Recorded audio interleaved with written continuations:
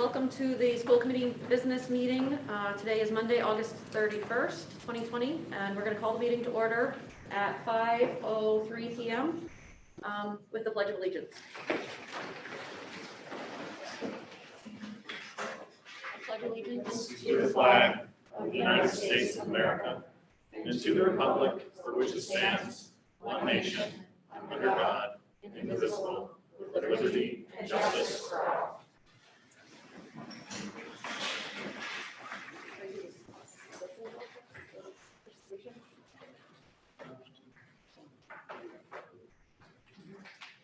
So we have multiple ways of participating in tonight's meeting, so I just wanted to clarify those. If you are at home and you intend to speak at the meeting tonight, on the Lewiston Public Schools website, there is a blue button above the normal YouTube link that says webinar registration. If you use that link and you register, you will be able to speak tonight, observe the meeting and speak. If your intention is to just watch the meeting but not participate, you can follow the regular YouTube link. There'll be no participation through the YouTube link. Any emails that were previously sent to the public comment at Lewiston Public Schools email address will be read tonight. But if you have not sent an email to that email address yet and you would like to participate, please do so through the Zoom webinar option.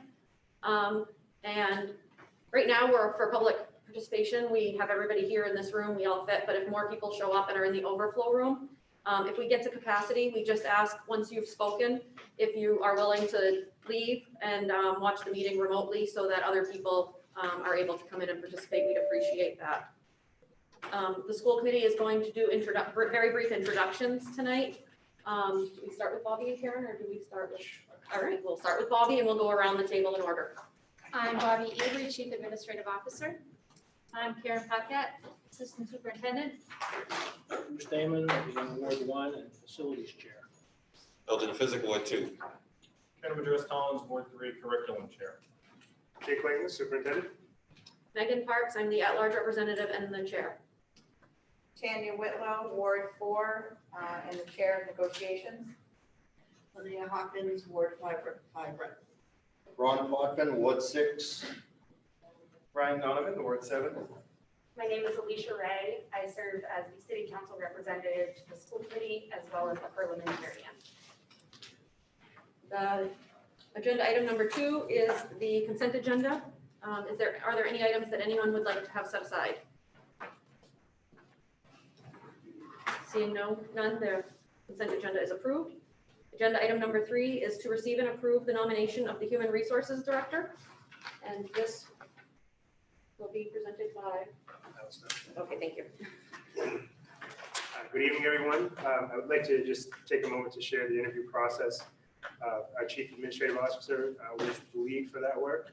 And we had a relatively small pool of qualified applicants for our Human Resources Director. And the interview process included our Chief Administrative Officer, our Business Manager, and HR Generalist that will work with the nominee. And this is an excellent candidate coming from the committee that did the work. And Sadie, would you like to share a little more detail about our candidate? I would love to share. So we have Kim Brown, who's right here. Kim is awesome. She holds a master's degree in public administration and policy. She also is certified as, we call it the SPHR, which is Senior Professional Human Resource. She has Munis experience, which is wonderful. And her most recent experiences are with the State of Maine Judicial Branch as an employee relations specialist, and she's currently the director of HR for the Portland Public Library. So without further ado, welcome, Kim. Would you like to say anything? Sure. I just thank you for this opportunity and thank you for supporting us.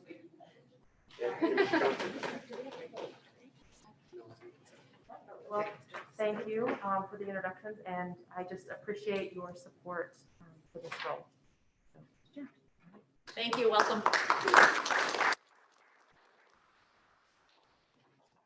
Agenda item number 4 is the public input item.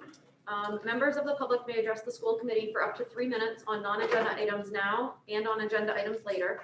Comments that pertain to staff, personal matters, or a student issue should be directed to the superintendent or the appropriate staff member of Lewiston Public Schools. Public comments shall be directed to the school committee and be brief, not repetitive, and related to the matter at hand. Before starting, please state your name and address. Are there any members? I think before we move forward, the third agenda item is to receive and approve the nomination of Human Resources Director. I'm not sure if she was in the consent agenda or not, but I just want to make sure that we do approve her, just in case the consent agenda was not. The rationale indicates there was no vote required, but if you feel better, then we can. I think we normally vote on ones that are set aside from the consent agenda. So I would like to move that we approve her as the Human Resources Director. Second. Did you get the motion in a second? Okay. Is there any discussion? All in favor? Do we have to do roll call votes since we're doing Zoom? It would probably be wise to. Yeah, we should. Okay, sorry. Ward 1, Yes. Ward 2, Yes. 3, Yes. Yes. Yes. Yes. Yes. Yes. and yes. Thank you. Thank you. It's now official. Agenda item number 4, the public comment. Is there anyone that would like to speak on a non-agenda item?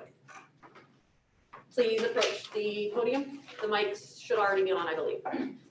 Hi, I have a packet actually for all of the committee members, if I could hand them out first. Is that okay?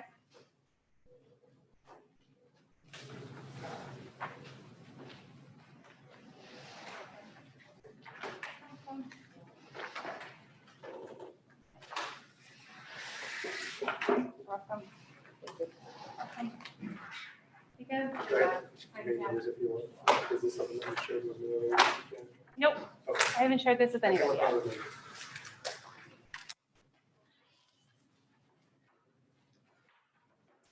My name is Janet Bowden and I reside in Ward 2. Being a member of the school committee is a selfless responsibility. I can only imagine that the transition from being a private citizen to being a public school official can be a challenging one. You will not be able to please all of your constituents all of the time, but you need to be able to work efficiently as a part of a team. You have both statutory and implicit duties to act ethically and in the best interests of the students, taxpayers, and public education as a whole. You must follow a code of ethics, which leads me to my point. You have a board member among you who is in violation of more than one code. Items B and C in the code of ethics are as follows. B, I will at all times think of children first and base my decisions on how they will affect children, their education, and their training. C, I will make no disparaging remarks in or out of board meetings about other members of the board or their opinions. I would like you to please take a look at Exhibit A in the printout before you. This Facebook post from Member Collins is a clear violation of both items B and C of the Ethics Code. Mr. Collins clearly shows from this one post that he lacks respect for the board that he is serving on. Further proof of this is clear when you look at who Mr. Collins is and how he was elected to this committee. Mr. Collins did not grow up in or attend public schools in Lewiston. Mr. Collins has no children that attend Lewiston Public Schools.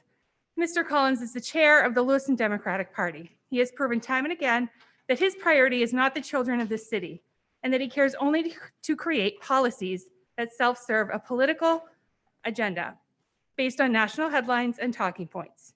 He also doesn't seem to respect the process of board meetings or the role of the chair. That's evident by the weekly temper tantrums, repeated suspension of the rules, and attempts to unseat the current chair. He ran on eliminating carbon emissions.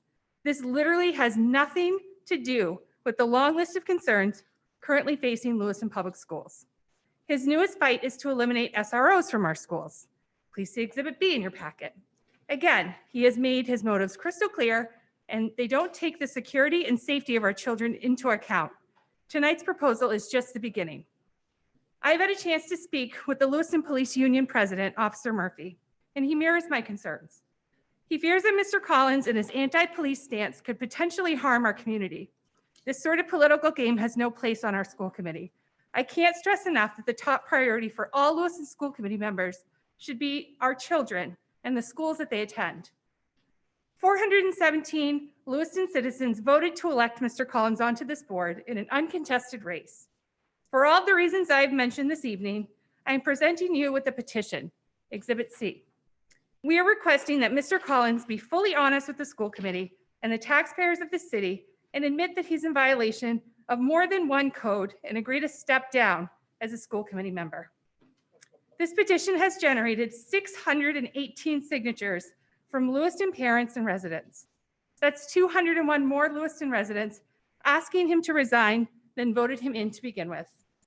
If Mr. Collins refuses this citizen's request, I would ask that the chair please table all current and future proposals for Mr. Collins and have a formal independent investigation into this matter.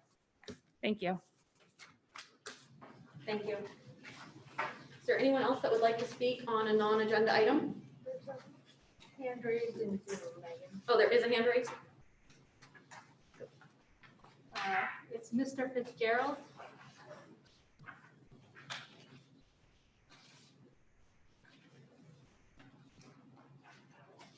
Mr. Fitzgerald, you're able to share your thought.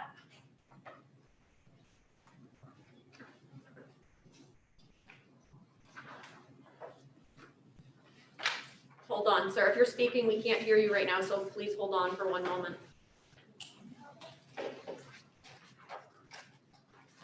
Madam Chair, while we're checking the audio, can I just ask who's time keeping for public? I am. Oh, okay. Thank you.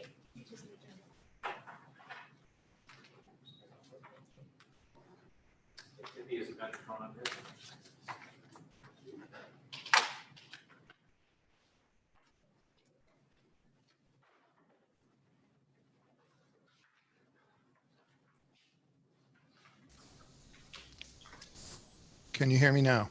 Yes. Yes, we can. Thank you. Okay, thank you. My name's Larry Fitzgerald. I manage the security and emergency management practice nationally for TRC engineers. I normally sit in Augusta, but I'm actually calling in from home in Winthrop. I have over 30 years of security experience, including at one point I was the vice president of CBA Security located on Webster Street in the Lewiston Industrial Park. Several of our clients have actually experienced loss of life due to active shooter incidents, things of that nature. And we do school security across the country. And we put on school security seminars for Maine School Management Association. We have worked in school districts from California to Maine. And I was the project manager for the assessments of all of the Lewiston schools and met many of the principals and staff, including SROs in Lewiston. And I should say my youngest son was a student teacher in Lewiston Middle School. So very familiar with the Lewiston school systems and very familiar with your SROs. We're currently helping Lewiston do design work for the addition to the high school and some other projects. And I think it's important to recognize that the strategy that was developed several years ago for securing Lewiston public schools included the use of school resource officers. And without school resource officers, or with limiting school resource officers, the security posture and the risk to your students and staff changes, and not for the better. So, you know, as your security consultant for the district, I thought it was important to call in and let you know my thoughts. You know, we work with law enforcement around the country, and I have good things to say about the SROs that I've worked with in Lewiston, and I think they're professional. I think they're the epitome of community policing. If you want to avoid problems in your streets, you need SROs in your schools. If you want to minimize your risk from things like active shooter and violence in schools, you need SROs in your school. SROs are not the only answer, but they are a big part of the answer. And I am available for questions should you have any, but I thought it was worth just weighing in on this topic. Thank you, sir. I appreciate it. So, Mr. Fitzgerald, I don't know if you're going to be around for a while, but as we have agenda items come up around the SROs, if you'd like to chime in again, we can do that. We are, right now, this is public comment on non-agenda items. And so, pardon me, I'm hopefully you can hear me. We're trying to communicate, but we had an audio issue. Yeah, I can hear you now. I couldn't find an agenda, so I wasn't sure where this fit on the agenda item. So if I spoke too soon, I apologize. And I can certainly speak later if that's more appropriate. Thank you. Thank you.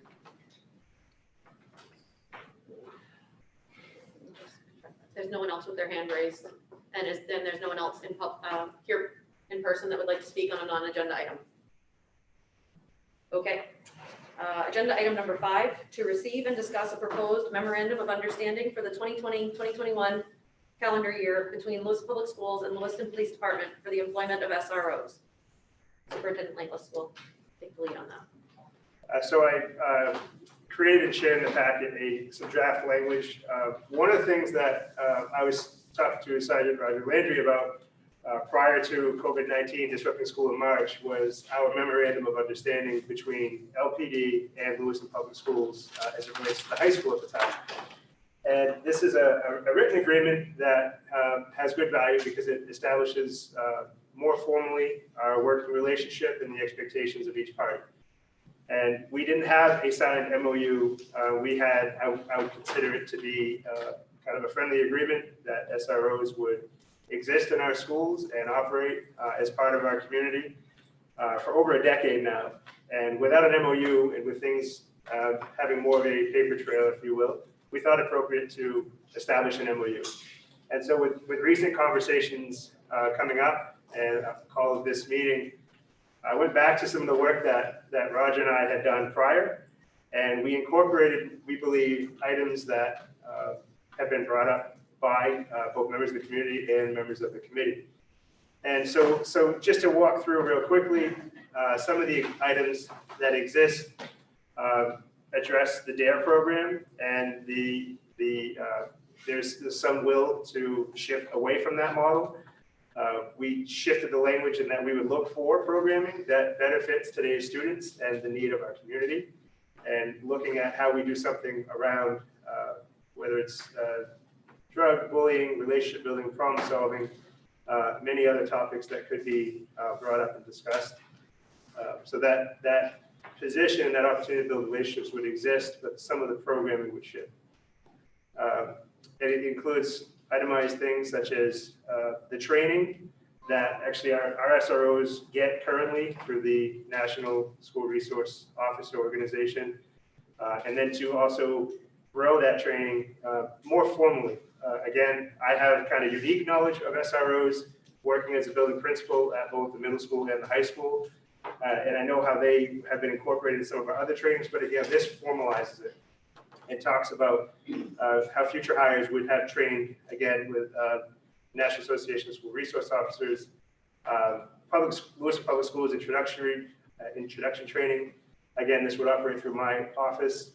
And items to include ACEs, different barriers that students have in our community, child development, de-escalation strategies, cultural competency, and aspects of school law as it pertains to the approaches of how we interact with students within the school. Again, these are things that are currently happening, but this proposed MOU, I think, is a good place to start. We talked about how we might meet in the middle with some of the concerns, and also identify, because I feel like over the last few weeks we've heard different comments and questions around, well, are these people even trained? Well, the answer is they are. And there was also some citing of number of incidents and instances, and we've done some research in-house also around that, and found that some of those statistics that were shared were at least with the information I have available to me, not accurate. And as we looked at this MOU, we wanted to make sure that those safeguards were in place to adequately serve our community, working with LPD, and and have it documented so everybody knows the expectations.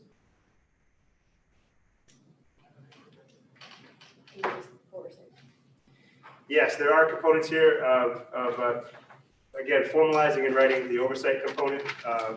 I know that I worked closely, the SRO at the high school and at the middle school when I was there, I worked closely with Roger Landry on supervision. We would have regularly scheduled meetings. How is it going? What are the relationships? What are the interactions between students, staff, and the SRO? And so we had what I would use for a term is a dotted line supervision, where Roger Landry is their supervisor directly, but also communicating with the building administration to get input and feedback directly so that we can constantly improve relations and to just get better at what we did. So that's included in this document to formalize that supervision, that model of course, LPD and our SROs work for Lewiston Police Department, but we definitely have a communication chain in and around training, supervision, and input on people's evaluations, at least by way of their supervisor.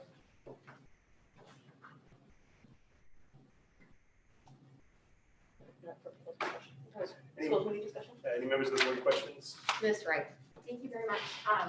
Having brought this up during the last meeting when we started to discuss this, I appreciate how clear this is. One question that I did have, and maybe a position of advocacy, is it's presented as for this calendar year, for this school year, and then there's a 3-year initial term. And I think we are in a moment where setting ourselves up for years out may be impractical. And so I'd like to see that reduced to a 1-year term, and we revisit this with each budget cycle because the budget is decided yearly as well. I believe that was part of the discussion, was actually to do it and revisit it during the next budget cycle. So I think that was just an oversight from the original, in the revising process. Okay, it says until June, the 30th day of June, 2023 in the document. The original. Okay. In the revising process. No one wants to hear themselves talk.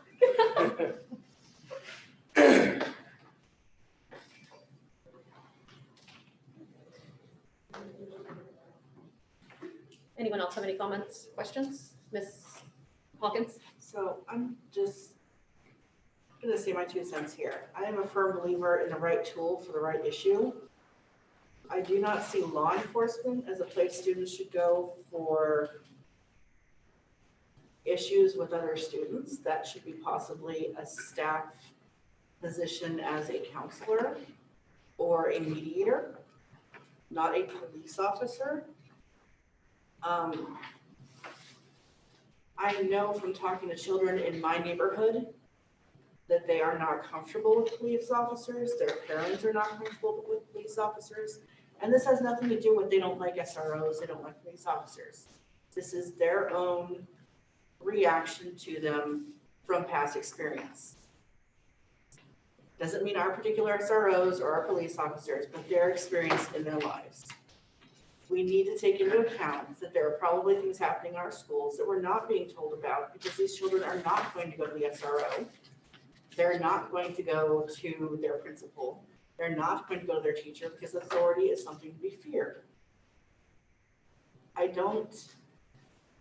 wish we had more money for things like guidance counselors the kid could go to at any time to talk about the issues they're having at home, at school, just in life in general. I don't see having a police officer in an elementary school that if children are being raised by parents that are afraid of them, children are going to learn those behaviors until we teach them otherwise. That doesn't mean constantly exposing them to someone their parents are afraid of. We need to work other ways around that, in my opinion. I've never met any of the SROs that I know of. I have no dislikes or likes of them. I have no opinion formed.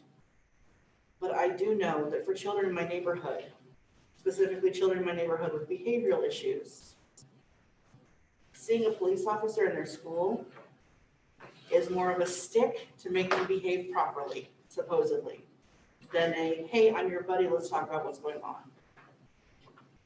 I was raised in fairly, I'll just say my ACEs scores would scare people. sticks don't work, or they work in the wrong way. We know that we have children that need help. I don't think an SRO, no matter how well trained, can fill that position and do their job at the same time. That's just my opinion. Thank you. Mr. Cotton? Jake, walk me through the foundation of this. When we have an MOU, basically, do the MOUs need to operate under a policy established by the school department? So typically an MOU will do that, yes. Sometimes the MOUs are used for different things such as grant funding and us signing off saying that we are going to, we're obligated to follow those grant funding components and criteria.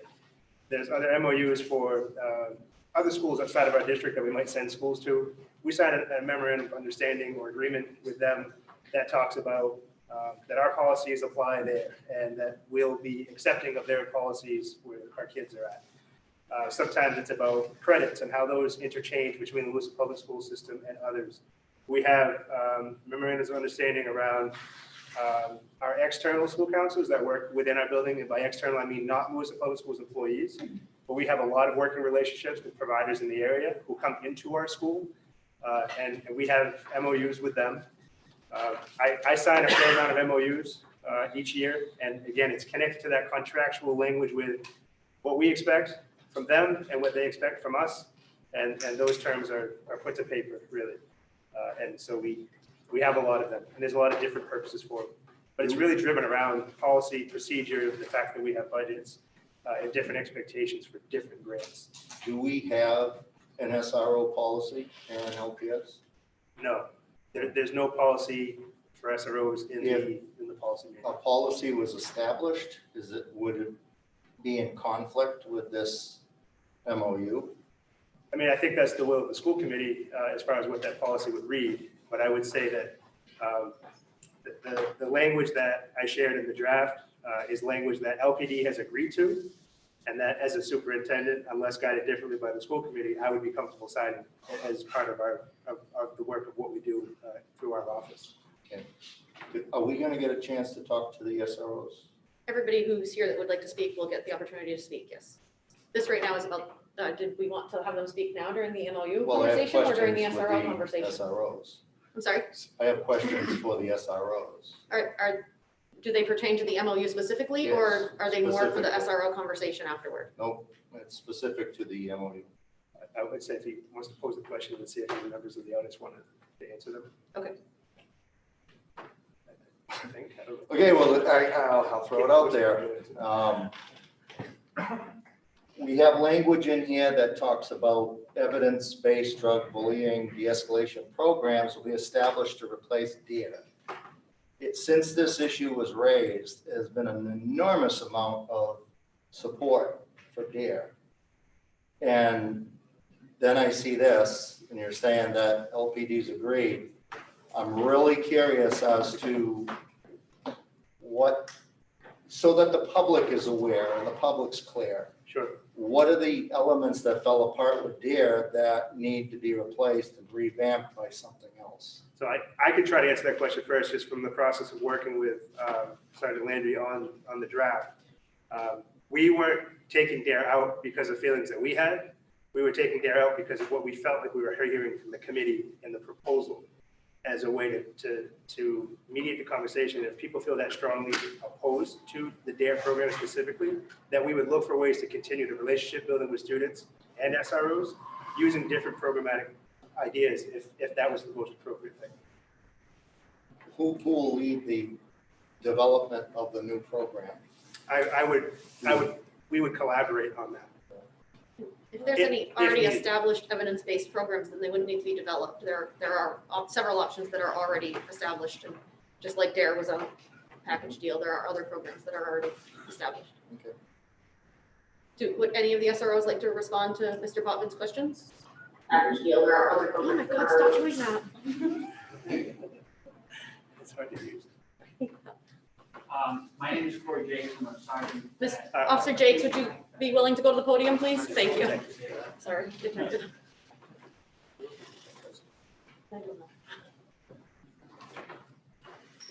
Thank you. My name is Corey Jakes. I am a sergeant at Wilson PD. I'm here in Sergeant Landry's place. There was a family emergency he couldn't attend. I was a school resource officer and a DARE officer for almost 8 years in the school system. There's some questions I guess I could help alleviate or add. When it comes to DARE, when I was at the middle school with Mr. Shabbat and Ms. Parquette, Mr. Langley's, we had a modified DARE curriculum. The curriculum was 10 weeks, but staff was having a hard time to fit that time in. So we kind of had a drug and violence awareness program that we modified to fit that covered some of the health curriculum for the school. We had some of the domestic violence workers come in and speak on domestic violence. We had health workers come in and talk to the effects of drugs and on the body and what it does and how your body reacts.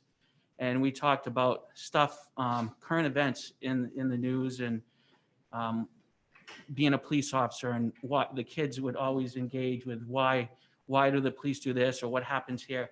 It was an open curriculum. The kids had a ball. They looked forward to these classes. And it was just kind of a modified curriculum that kind of encompassed everything that was going on and everything that they were dealing with.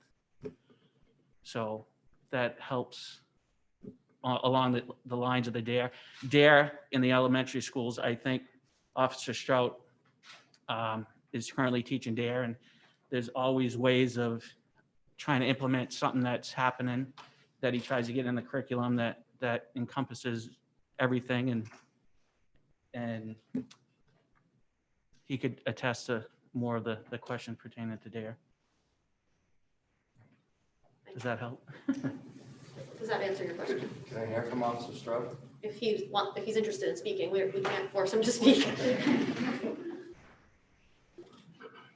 While he gets up to the podium, I just want to state that originally I've always voiced that I've never been supportive of officers in elementary schools.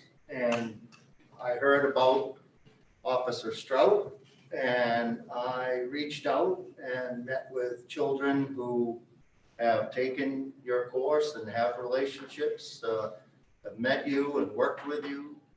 And I'm totally floored and impressed with all the positives that, so many in the community have expressed for you. And I just want to thank you for changing my mind, because originally I didn't want anybody in the elementaries, but I understood it better.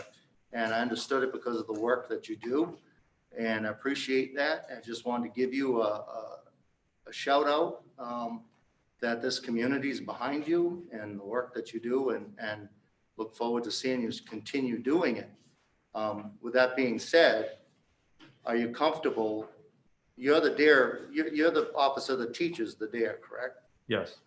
Are you comfortable with being able to come up with an updated curriculum that can incorporate some of the positives of DARE and can increase the program to add more that we don't have there now? I'm very comfortable with that. I think in particular, there's more of a means for us to get into classes, to build relationships with kids, and to talk about topics that are important to the kids. I will say the topics in there are very pertinent to the kids that we have. And when we talk about bullying, we talk about peer pressure, we talk about stress, we talk about a whole bunch of things in there. Do I think it can get better? Absolutely. I definitely think we can do better. There's probably certain categories within DARE that I either minimize to spend more time on the things that are more pertinent to our kids. A lot of that has to do with bullying. We do touch base on stuff like drugs and stuff like that. But I try to have conversations outside of just the parameters of DARE, because we have kids from everywhere in the city. We're a diverse city. Not every kid has the same situation. Not every kid lives in a nice neighborhood. Not every kid lives in a bad neighborhood. So when I teach DARE, I go in there understanding that. So I know who my audience is. I'm trying to reach every kid that's in there. and make some connection with them because they all have different backgrounds. I think particularly for me, this whole situation is personal, and I get pretty emotional about it. I grew up in Portland. I grew up in a really bad neighborhood. My mother was an alcoholic. I grew up in a neighborhood just like behind us. So I don't come into this without any idea of what I'm talking about. I was that kid on the other side. So when I talk to kids, that's exactly what I'm trying to do. I do this because I choose to do this. I do this because I love doing this. I love working with the kids. We get great kids in this community. Every kid in this community can be successful. Removing us from the school isn't gonna help that. These kids need every single resource they can get, and we're part of that.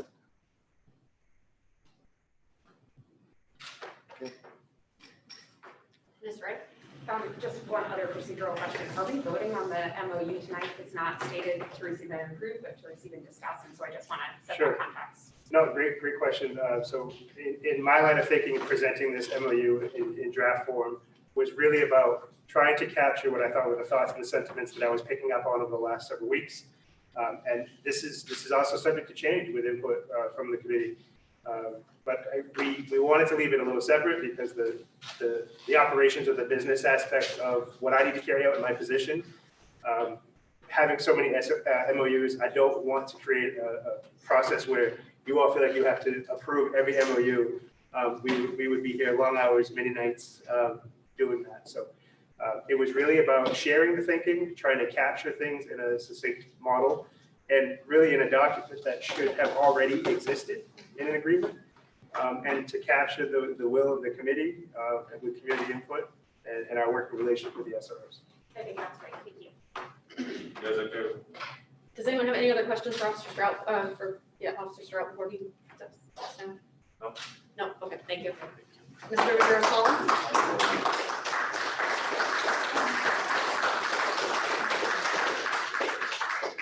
Thank you. Mr. Rivera-Collins? I appreciate all the work that went into this MOU, and I appreciate that it reflects, the main objectives of the proposal that we'll consider tonight. I'm thankful that you brought it before us, and I hope that consistent with how we vote tonight on the proposal, you can proceed with the MOU. You're up. Mr. Physick? I'd just like to say, first of all, thanks for all the work that Officer Strout does. For someone who's done a lot of community work for the last 10 years in our community, every resource is definitely good. As far as MOU goes, I appreciate the hard work and the open-mindedness of thinking about the other percent that have concerns about the SROs. I really appreciate that. I know some people have called in. I know I've talked to tons of people the last few weeks, and I really appreciative that their voice was heard and that we're able to come to an agreement and some sort of understanding. And I like the fact that we'll look at this at the end of the year to even make more improvements. So thank you for the hard work.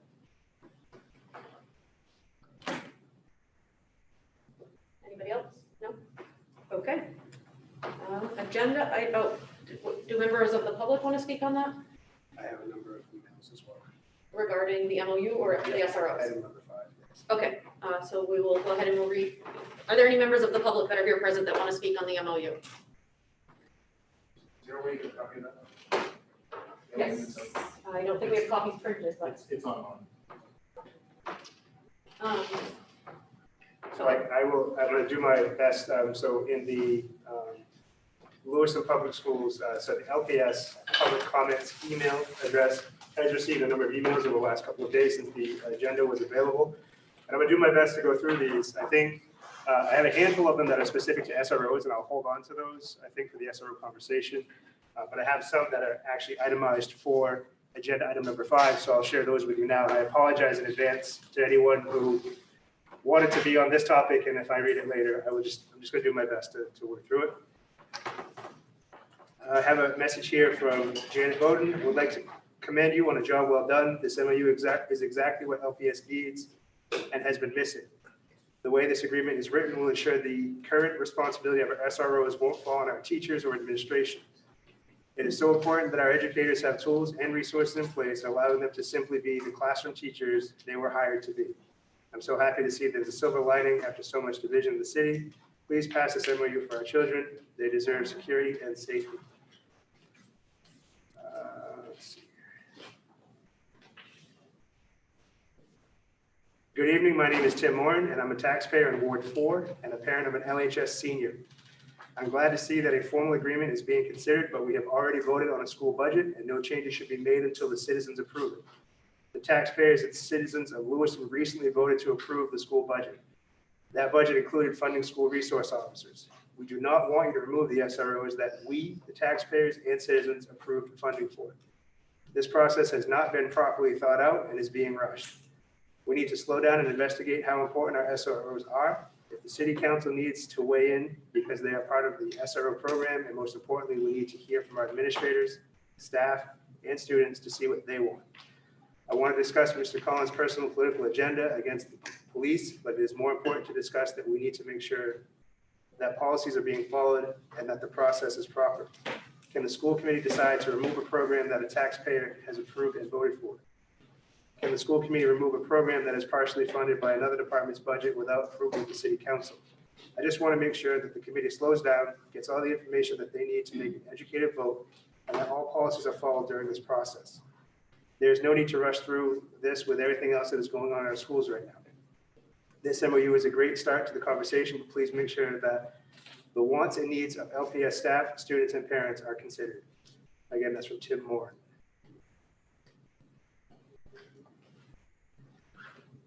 This one is from Sherry Cloutier. Good evening. Please accept this letter for public comment as written by Sherry Cloutier, Ward 6.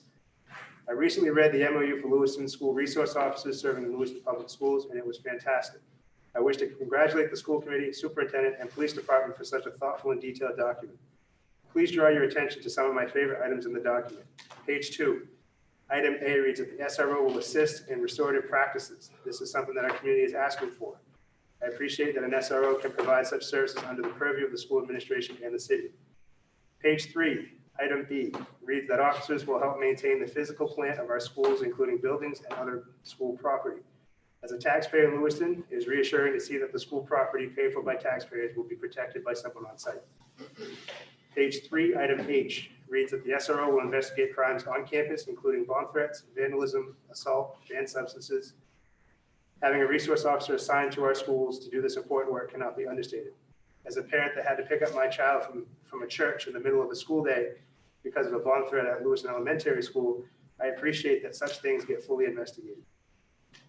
Page 3, item K reads that the SRO will assist the school with safety planning. It is invaluable to have people inside of our schools who are versed in law enforcement for this reason alone. As our officers are walking through schools, they can be looking for potential threats to child safety. I love that safety planning is a partnership between law enforcement and the school administration. Page 4, access to education records. Thank you for including a clause for student privacy.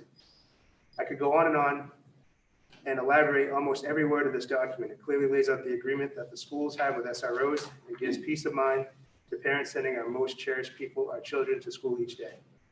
Please approve this MOU. It is valuable. If you cannot approve this document tonight and you subsequently vote to cut SROs, please understand that the taxpayers and parents expect these responsibilities to rest on somebody's shoulders within the school department. I'm not okay with these responsibilities falling fully on teachers or administrators. They have too much on their plates. In closing, the roles of SROs is valuable to Lewiston schools and clearly shown in this well-written document. Please approve it and show your constituents that you prioritize safety in our schools and other valuable supports for our students as written. And I believe those are the only emails I have that are specifically itemized as public comment on agenda item number 5. Thank you. Sorry, I just received an email on the subject, but I think it's an SRO email, so sorry. Just checking on that. With no further discussion, we will move on to agenda item number 6 to receive and discuss a proposal directing the matter of SROs in Lewiston Public Schools, and member Kieran Majerus Collins will present. Thank you, Chair Parks. I have a statement that I'm going to read because I want to be speaking off the cuff on something that's important. I want to start by thanking everyone who has spoken up about this important issue. Whether you agree or disagree with my proposal, I am grateful to you for expressing your perspective and providing me and my colleagues with more information to make the best decision possible. My remarks tonight consist of 3 parts. The first part is an explanation of my proposal, along with a short summary of the main arguments in favor of passage. The second part is an acknowledgement of the most common arguments against my proposal and a short summary of my response to them. The third and final part is specifically addressed to my colleagues and outlines my thoughts on how I hope they will approach this decision. I will finish with a motion to adopt my proposal, opening the floor to debate and public comment. First, however, I will read the text so everyone can hear what we are considering tonight. The Lewiston School Committee instructs the superintendent to reduce the number of SROs in Lewiston Public Schools from 4 to 3 by the start of the 2020-2021 school year, and limits the number of SROs and LPS to 3 in all future years unless otherwise authorized by the school committee. The Lewiston School Committee instructs the superintendent to end the use of the Drug Abuse Resistance Education DARE program in LPS by the start of the 2020-2021 school year and prohibits any SRO from being designated as a DARE officer. The Lewiston School Committee instructs the superintendent to reassign the SROs in the following manner: 1 SRO stationed at and responsible for Lewiston High School, 1 SRO stationed at and responsible for Lewiston Middle School, and 1 SRO stationed at either Longley School, the Dingley Building, or the Lewiston Police Department headquarters, and responsible for all other LPS facilities. The school committee prohibits the permanent presence of any SRO at any LPS elementary school. The Lewiston School Committee instructs the superintendent to reallocate funds budgeted for a 4th SRO to be used to hire a restorative justice coordinator at Lewiston High School. As you have just heard, my proposal consists of 4 parts. The first part reduces the number of SROs in our district from 4 to 3. Context is important when considering this reduction. While Lewiston Public Schools has had 4 SRO positions budgeted since the beginning of the 2019-2020 school year, we have never in the entire history of our district actually had 4 police officers working in our schools at the same time. If you are a member of our school community who came here tonight to urge us to maintain the policing levels we have had in the past, you're in luck, since my proposal will keep 3 police officers in our schools, just has been the case over the past number of years. If my proposal passes, Lewiston will remain one of the most heavily policed school districts in the state by any measure. The second part of my proposal ends the use of the DARE program in Lewiston. This change will bring our district in line with the best school systems in the country, many of which ended DARE decades ago. The reason districts across Maine and around the country have dropped DARE is simple. The program doesn't work. Decades of studies, including from the US Surgeon General, have demonstrated that DARE is ineffective and in some cases makes students more likely to use dangerous drugs. It is a relic of the drug war, led by disgraced drug warriors. The current head of DARE is former DEA Chief Michelle Leonhardt, who once said that thousands of dead Mexican children was evidence that America was winning the drug war. At a time when our state and our country is moving away from the disastrous drug policy of the past, why would we want to keep a program that embodies all the worst elements of those failed policies? This is not to say that we shouldn't have drug education in our schools, but it should be based on scientific and medical evidence, and it should be taught by certified teachers, not police officers. My proposal does not restrict our district's ability to educate our students about drugs and healthy choices.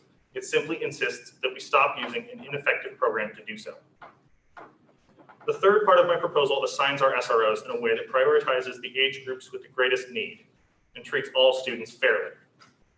I have heard from colleagues and community members who believe strongly that our high school and our middle school should have full-time officers, and this proposal retains that. When it comes to our elementary schools, my proposal requires that every school be treated equally, with an officer centrally located and able to respond as needed to any of our elementary schools without placing a full-time officer at any of them.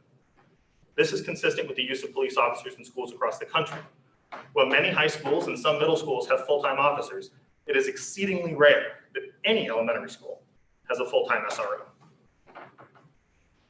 The fourth and final part of my proposal reallocates funds budgeted for a 4th SRO to be used to hire a restorative justice coordinator at Lewiston High School. We have had a similar position at LHS for the last 2 school years, but the position was not included in this year's budget. Students and families tell me that the restorative justice program is working and want to see it continue. It is a badly needed alternative to punitive discipline models that have been proven not to work in school districts across the country. When possible, we should work collaboratively and holistically with our students to resolve challenges, not immediately resort to punishments that can have devastating lifelong consequences. A restorative justice coordinator at LHS is the first step in doing exactly that. I understand that not everyone is in support of this proposal, and I want to take a moment to address some of the most common concerns I've heard in the 2 months of public discussion on this issue. Perhaps the most common and compelling is the personal stories of positive experiences students and their families have had with particular SROs in our district. Those experiences are valid, and by most accounts, we are lucky to have compassionate, empathetic, caring men serving in these roles. I believe wholeheartedly that if every police officer in our city and in our country was more like the men who serve in our schools, we would be in a far better place as a society. This proposal is not a reflection on specific individuals, but rather an attempt to bring greater balance to a program that is excessive by state, national, and international standards. Our society is over-policed, and that includes our schools. All of us understand that there are times when a police presence at our schools is necessary, but reasonable people can and do disagree about what level of policing is appropriate when trying to create a positive environment for our students to learn and grow. We cannot forget that not every student experiences SROs in the same way. According to several national studies, students of color and students with disabilities are more likely to be harshly punished for ordinary misbehavior. White children, especially white children without a disability, are far more likely to have positive experiences with SROs than their Black, brown, and disabled peers. This brings me to another common set of arguments against my proposal, those who make a case against getting rid of all SROs. Simply put, that is not what we are considering today. I freely admit that I support ending the permanent presence of police in our schools, but I recognize the majority of my colleagues do not, and the proposal we consider today reflects that. There are plenty of people who support some level of police in our schools and also support my moderate reforms to bring balance to this program. I also want to address the most serious argument advanced by proponents of the status quo, that our SROs help keep students safe from school shootings. This issue hits close to home for me, as I was a student in public school in Connecticut when the Sandy Hook shooting happened. I even knew one of the parents who lost a child that day. Despite all of my concerns about police in our schools, I would fully support their continued presence, indeed their expanded presence, if there is any evidence that they help to prevent these mass shootings. But there isn't. While the presence of a police officer at a school may make us feel like the school is better protected from an unimaginable act of murder, there is no evidence that schools with full-time police officers are any safer than those without. Finally, I want to speak directly to my colleagues. We've all gotten phone calls and emails, heard the public testimony, read the online comments, and seen the activism on both sides of the issue. Now it is up to us. As school committee members, we owe the public our best judgment and must follow the dictates of our own consciences. If you believe that this proposal is not in the best interest of our students and our district, I want you to vote against it. If you believe that it is, as I do, then I urge you to vote for it. But most importantly, I want you to do what you believe is right, having weighed all the arguments and all the evidence. Our sacred obligation is to do what we believe is right, regardless of all external pressures. I know each and every one of you will deliberate in good faith and vote in what you believe is the best interest of all of our students. Thank you, and I'm happy to answer any questions once I make the motion, which is, I move we approve the proposal as presented. Second.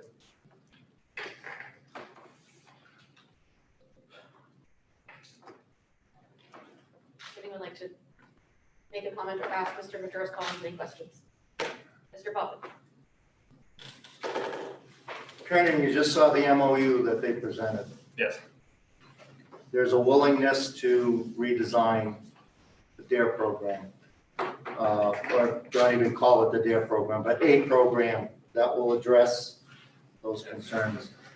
In your language here, you have prohibit any SRO from being designated as a DARE officer. Yes. given that it sounds like DARE is gonna go out the door, and something else is going to take its place, can we take that language out?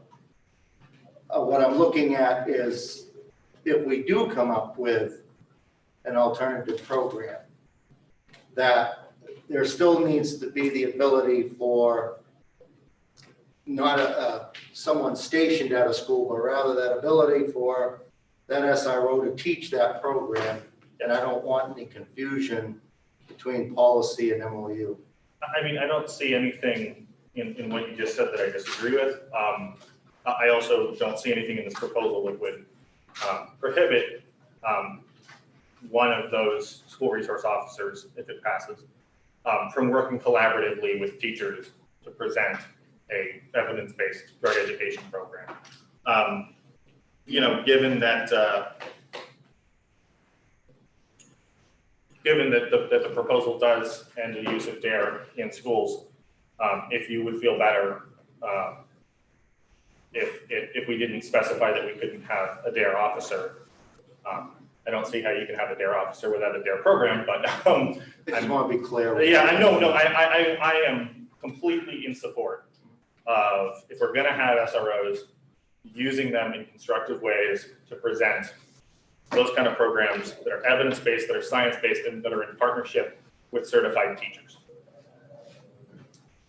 And Jake, for the benefit of the public, I've gotten a lot of questions about this. Can you describe what is a restorative justice coordinator and how that would apply in replacing an SRO?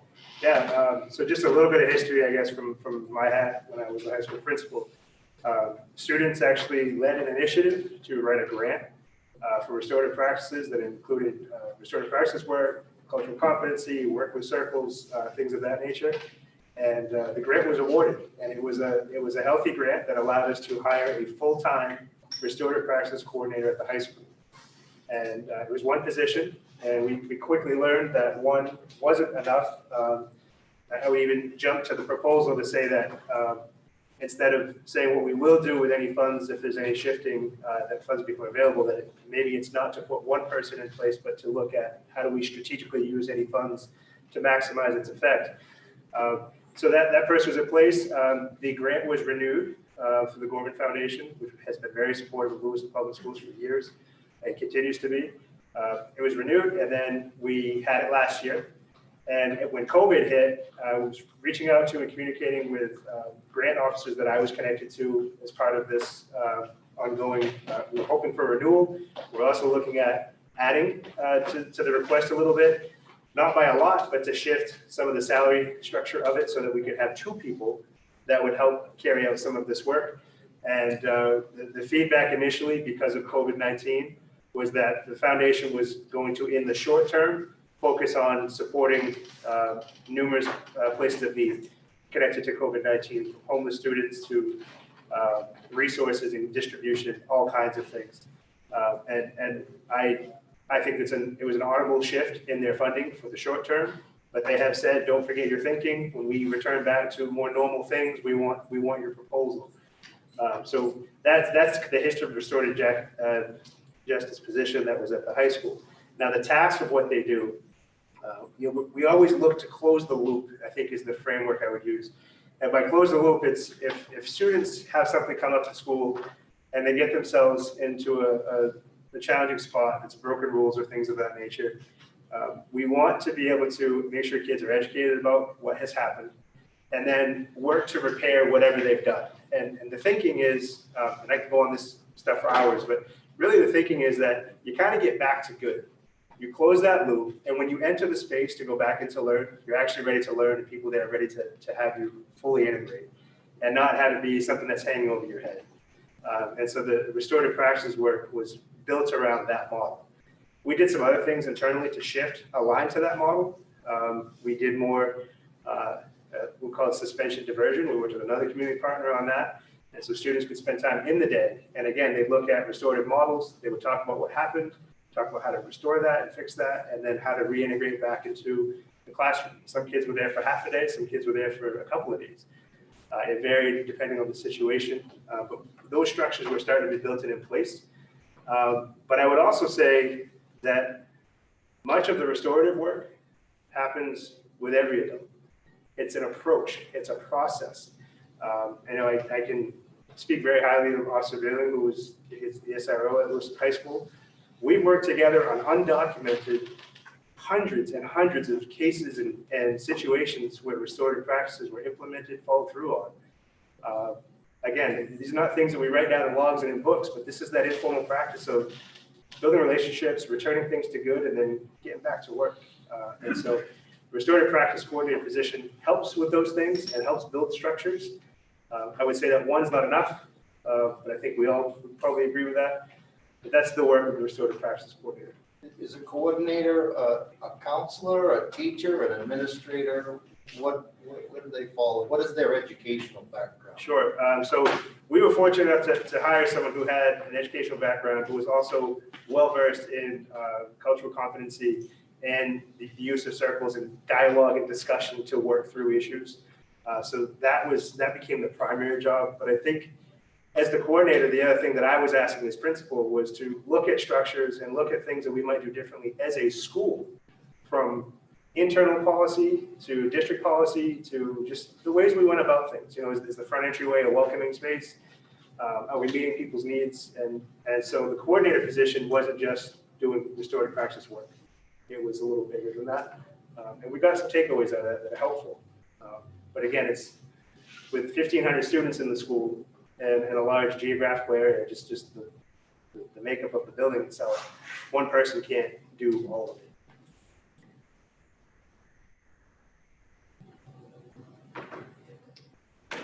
Ms. Avery. If I could add something to what Jake just said, it's really a philosophical approach. We actually use this in HR. So let's just say that there's some conflict going on with employees.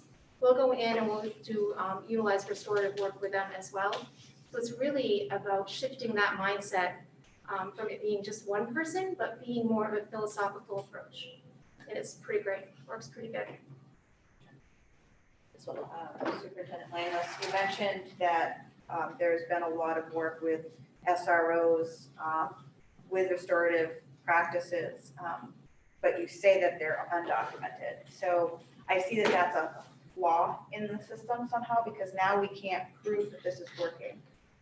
So how do we change that aspect of it? Well, I guess, I mean, things could be documented. I don't think it's that things are never documented as much as, you know, you can have some really informal conversations. You know,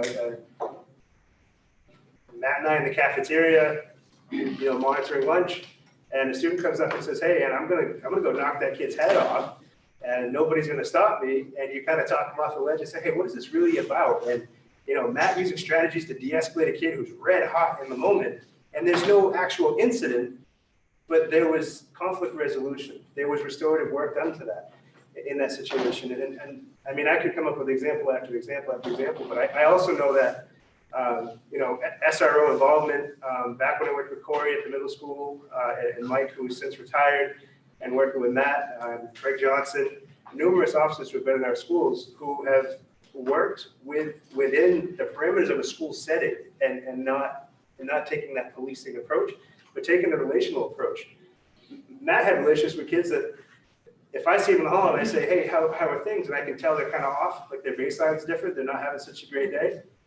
You know, and I know of at least one student, and I won't use names, I don't think that's appropriate here, who would actually ask me to go see Matt, to just, "Listen, Mr. Lamos, I like you, I don't want to talk to you about my matter, but can I go see Officer Brill?" "Yeah, absolutely, go ahead." And that student would meet with Matt, and then whatever that was, the discussion was, landed that student back in class with a positive outlook, ready to do school. And to me, those aren't things that we necessarily document, but I think it's the thing that good people do as they approach children and kids. And so I'm with you that I wish we could harness all. I would love to have, here's 1,000 stories over the last few years of these interactions, but they're every day. And they're some big, some small, but it's every single day. Is there anyone else that would like to speak? So to further answer our question, in the MOU, they mentioned having documentation share with the superintendent who would correlate data to the school committee as scheduled. So the part of that piece is to go, and when I was getting emails from people who were concerned about having SROs in schools, they kept saying, well, what do they actually do? After we started talking, they said, well, what do they actually do in our schools? And I started explaining to a little bit my conversations with the SROs, and they pressed and said, well, we really like to see how this actually works in real world, and how many contacts they have a day, and stuff like that.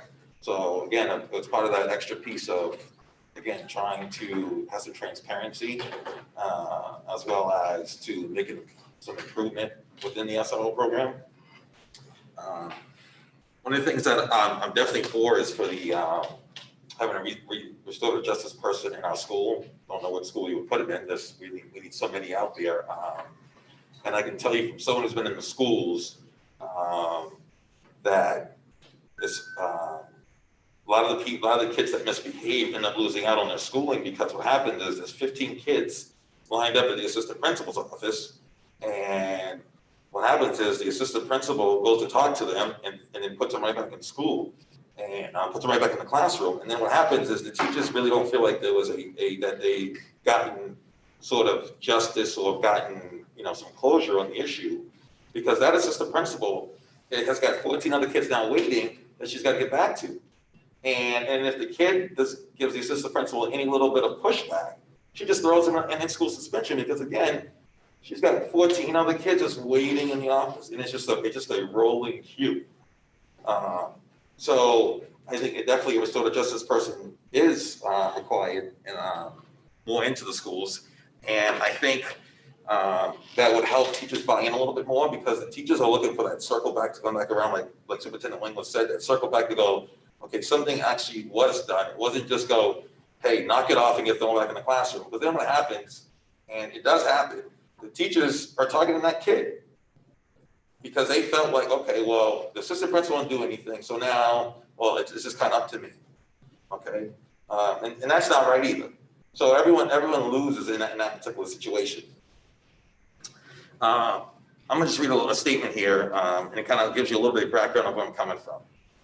So I grew up in Boston, where there's just definitely was more than enough racism to go around. I went to an Afrocentric school where it was impressed upon me not to trust law enforcement at all. When I grew up, there was such things called the Stewart murders, where a guy had driven to a hospital in downtown city and basically had shot himself and his wife and blamed it on an African-American person. At that time, there's a project right across the street, or housing development, where the Boston PD pillaged through looking for the suspect. Come to find out that this guy had set up this murder. So that impressed upon me of not trusting law enforcement. And then I was probably 5th grade when this happened. And then I moved to 8th grade, where I played basketball actually for a cop. Now, in Boston, like in a kind of a major city, PAL is Police Athletic League.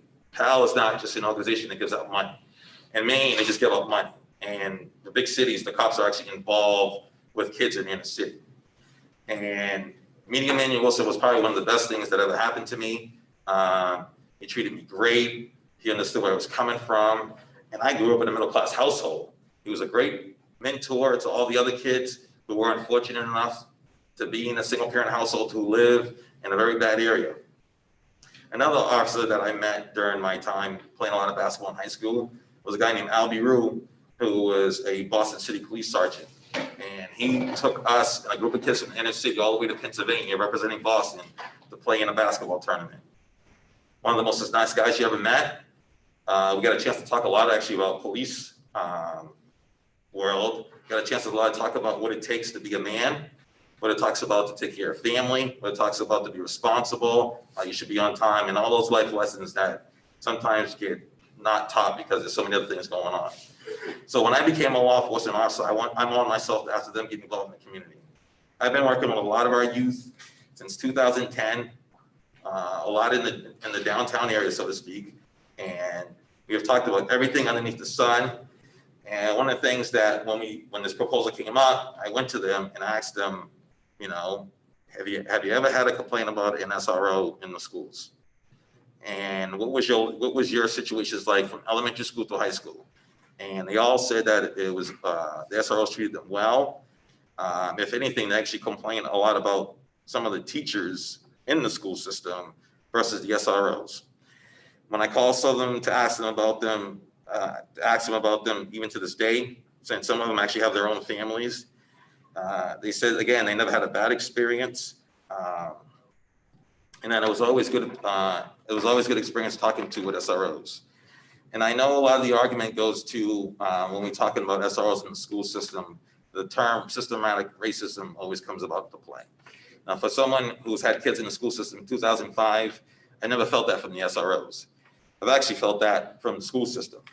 I've actually felt that when my wife called my daughter was struggling in algebra, and actually called the teacher to say, hey, what are some of the things that we can do to support to help her, bring her along to the standards where she should be in math. That same teacher happened to assume that my wife wasn't high school educated and wasn't college educated. My wife at the time had a bachelor's degree. I don't know what that conversation had to do with bringing my daughter to the standards where it should be, but that's where some of the conversation had lied. I know from having teachers that are friends and colleagues in the school, I've been told stories where support personnel had told the kid that if they keep on the same behavior that they would go to jail. I can understand frustration, but that doesn't excuse to tell a kid that they should go to jail. And this is a very small percentage, let me say. I think a large group, a big percentage of our personnel in school, teachers and ed techs do a great job. They just need more support. And another thing that hasn't come about is the infrastructure of our rec programs in our city. Now you go to a major city, there's a boys club, there's a YMCA, there's things I go to after school, evening, even sometimes all the way up to 11 o'clock at night. Now I do a lot of basketball stuff, using the armory, renting the armory out. And I can tell you for a fact, there's not a time that I would have a practice would go by that I would see kids aimlessly walking by asking if they could come in the gym to play. And when I asked them about it, hey, isn't this place open that you can go to play just because we had the gym so filled and we really couldn't accommodate them at the time? They said that place closes at either 5:30 or 6, and we're upon 7 o'clock. So, and again, when I'm hosting games on Saturdays at the Lewiston Rec Armory, kids are walking by looking for a place to go to. There literally are no places for kids to go to. They're trying to get into the basketball gyms to get turned around. I know for a fact that when I tried to get in gyms, you had to always pay a lot of money. And then again, I had kids who didn't have a lot of money. So I was already paying a lot of money out of my own pocket. So one of the things that I would say is that a different variable that goes into this is that we need to offer better programs for our kids. You know, and there's agencies and places in our school that there's people that invested millions of dollars in, and just for them to be closed at 5:30, which I just think is just not right. And one thing I would say is, as a community, and for someone who's worked with a lot of people, okay, we do our best, again, to bring kids to where they should be. There are going to be some kids that they're just going to come to their own decision. They're going to go down the wrong path. And it's unfortunate because there's kids that I've invested in. I've driven up and down the highway, spring, summertime, bringing them basketball tournaments all over the East Coast. And those same kids, they just went down the wrong path no matter what we went to. I used to work at a jail in Cumberland County. And I would talk to inmates and I would ask inmates, why did you turn to this path where you're at? And a lot of them would say it was just their lifestyle, the media lifestyle where they have. It was that they didn't have guidance. They were looking after easy money, and that the peer pressure just finally gave in to where they wanted to do something. And it's even happened to professional people. When I was at Cumberland County Jail, there was a base college professor who actually got caught in a drug ring back in 2003. So again, we do the best in our community to bring forth and try to work hard with the kids that we can. Not only kids that are at risk, not only kids that are in our downtown area, but kids all over in Lewiston. So I would say that we need somebody like Officer Strout in our elementary schools, talking to our kids, building those relationships. And if a kid doesn't want to build a relationship with an officer, then hey, no one's forcing him. But I think that we need those extra resources and again, band together so that he's actually to do his job effectively. Doing his job effectively is him being in the elementary schools, being able to make those contacts. And from working with him and from talking with him, I don't think he's forcing any kind of relationships upon anybody. Matter of fact, when I went to go start a modified DEER program in the areas that I used to work as a trooper, Lee's, Green, I went to him because all the kids that I've ever had on the basketball team and my own kid just say, hey, Officer Stroud knows what he's doing. It's a great class. So I went to him to kind of get some ideas. How do I implement this stuff? So I am for the restorative justice person. I think the Officer Stroud needs to be able to be effectiveness and have those contacts in Minnetonka Elementary School. And I think even though we have 3, I think we just need to have that. Nothing says that we have to fill that 4th spot, but the 4th spot should be open. Like anything else in government, if you take something away, you won't get it back. Nothing says we have to use that money, nothing says we have to use that spot, but I think we just should have all the resources that we can to, again, work together and build our community. That's all I got. Thank you. I'll be quick this time. I agree with a lot of what Mr. Physick has to say.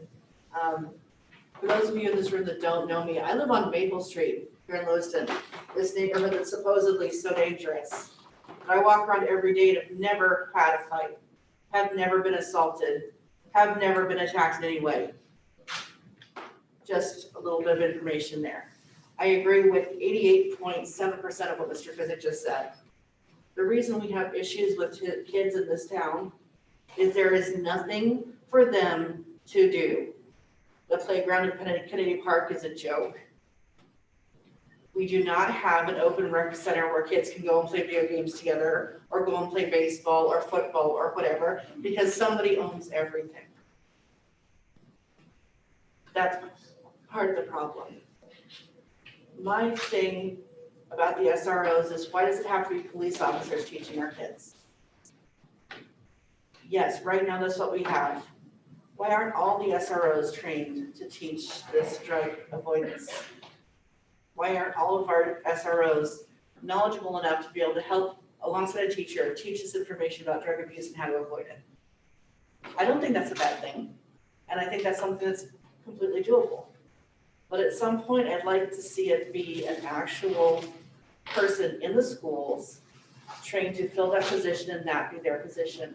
And have our police officers protecting us, enforcing the law where they belong, and our teachers teaching what they need to teach in our schools where teachers belong. There's a lot of problems in this community. And I think we try too hard to have too many people filling too many shoes at the same time.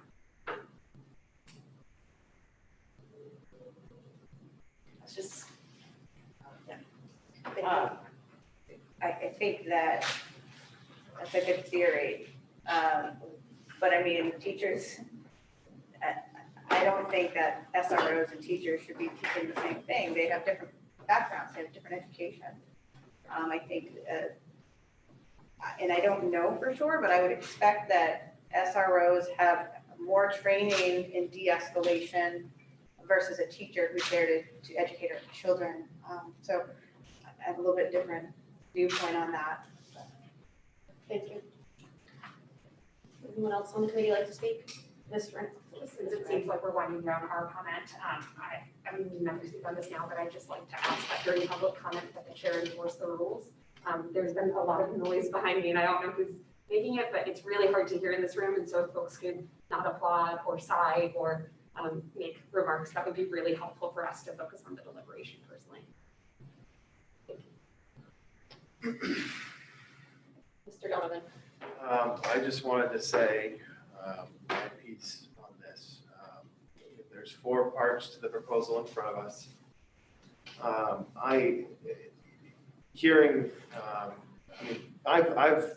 new to all of this myself, and hearing that we've only had 3 officers staffed in the schools for as long as that we can think of, and there's 4 budgeted. So I just, part 1 of the proposal seems common sense to me. We've never had 4 officers, so why, and we still don't to this day. So why not use that money that we're just not using to address part 4 of the proposal, which is, bring back a restorative justice coordinator, which Jake says we so desperately need more of. So parts 1 and 4 go hand in hand, and to me, it's a common sense solution to a very big issue that we have. Part 2, we're moving away from DARE anyway, and part 2 is just saying, let's not call them DARE officers anymore. So that's common sense as well. And then part 3, I mean, there's no major changes for LHS and LMS. There's always been an officer there, permanently. And I personally don't think that there needs to be a permanent presence in the elementary schools, and the 3rd officer could be stationed at a central location where they could be dispatch designated. So I just, going from the proposal, it wasn't initially, as most of us know, initially, Kiernan wanted to get rid of all of the SROs and then call it quits. But then, that sparked quite a bit of debate within our community, and great conversations came from that. And then Kiernan came back with I think, a very respectful proposal. So I agree wholeheartedly with the proposal. It addresses so many different issues without taking an extremism point of view on either side. I think it's a very moderate proposal, and I agree with it wholeheartedly. Thank you, Mr. Johnson. If I may, so a couple of things kind of came up, and I just want to try to share as best I can some information to again, close that loop, if you will. Questions around SROs educating or being educators or teachers in the classroom. So Officer Stroud, he's actually based out of the Connors building for a couple of reasons. One being there's actually space here for an office for him to make sure he has his materials prepared and things of that nature for his teaching. He doesn't stay here all the time. He moves from building to building programmatically. So he has an office here, but he's not just here every day, all day. He moves around a fair amount. I just want people to have that full context. It's not like he's here walking the halls. He may be here walking the halls and getting ready for a class, but again, that class is implemented district-wide in 5 elementary schools, not just one. I would also add that, Sergeant Jakes mentioned it briefly when he was up making comments that when he was at the middle school, there was some programming that happened there. I can say from my perspective, both middle and high school principal, all of our SROs have been incorporated with health, wellness, presentations, guest speakers, in and out of classrooms, and even some staff meetings and doing PD and educational topics with teachers and ed tech. So to that teaching point, there's actually a lot of that built in as part of what the work is. And I want to make sure people were that our DARE officer, or whatever it shall be named, does work in each of our elementary schools on a rotational basis. So they're not just stationed at one school. One of the things throughout the course of the last couple months, having these conversations in the community with community members and with the SROs and their supervisor and parents and students, one of the things that stood out to me the most in the conversation with Sergeant Landry was a quote from, I believe it originated with the National SRO website. But it said the primary role of the SRO beyond safety is to delegate issues to professionals who are better suited to resolve them.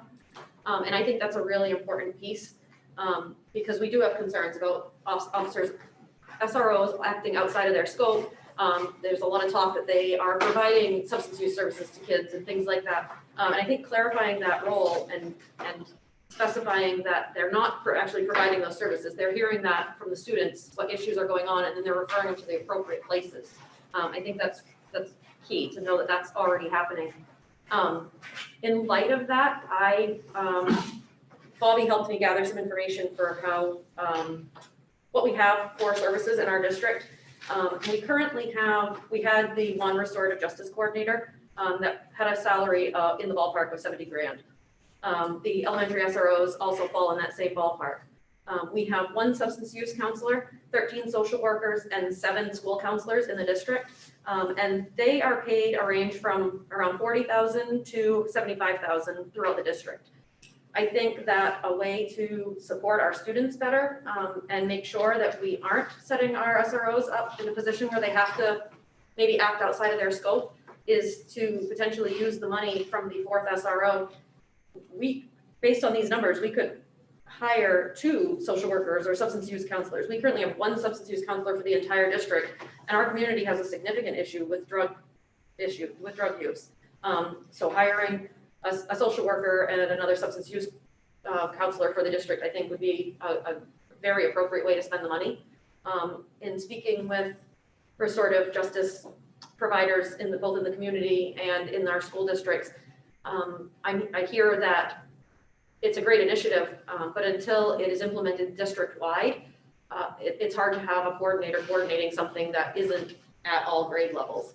So I think until we get to a point where that has happened through professional development and is implemented from pre-K all the way up to grade 12, having an increase in providers, appropriate providers in our community that our students can go to would be the best way to spend the money. So I would advocate, I know that's not our place to dictate exactly where that money goes, but I would strongly advocate for using the funds from the fourth SRO to hire a couple more providers for our district, for our students. If nobody else on the committee has any more comments, I'd like to open it up for public comment with the reminder that it is limited to 3 minutes. And please state your name and address before you start speaking, and keep your comment brief, not repetitive, and related to the matter at hand. Yes.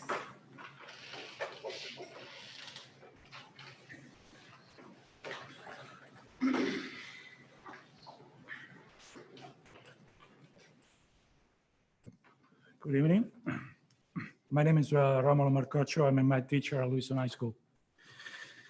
I find that the most exhausting part of being a teacher is not the teaching, is not the planning or dealing with children's behavior. The exhausting part is trying to protect the right of students to learn against forces whose dispositions are completely contrary to the true objectives of education.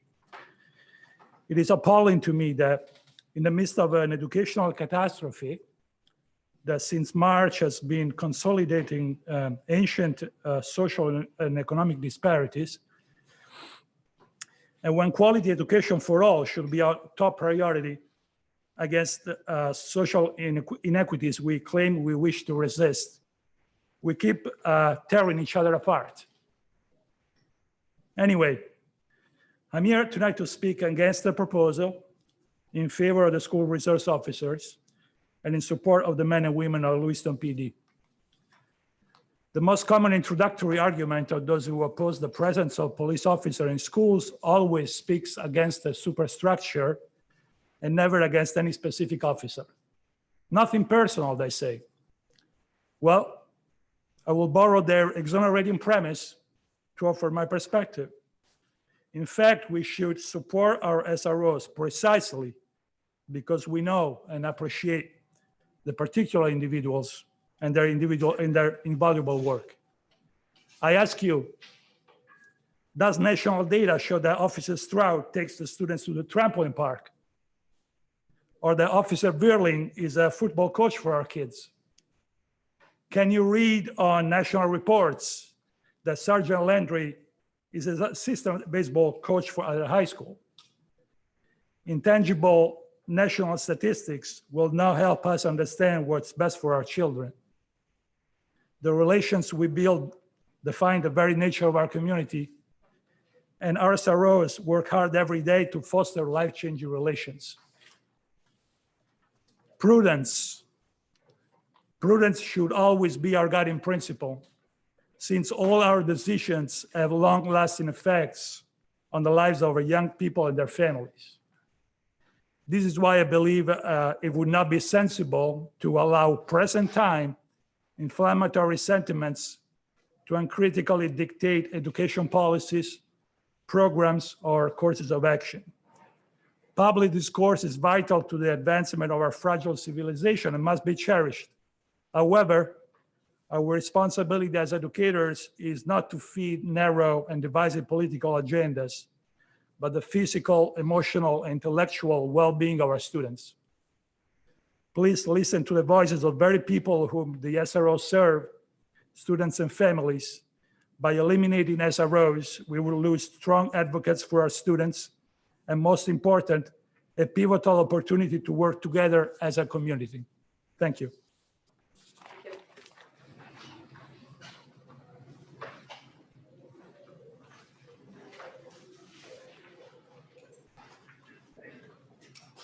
How we doing? My name is Dane Morgan. I have been in this community for the better part of 10 years.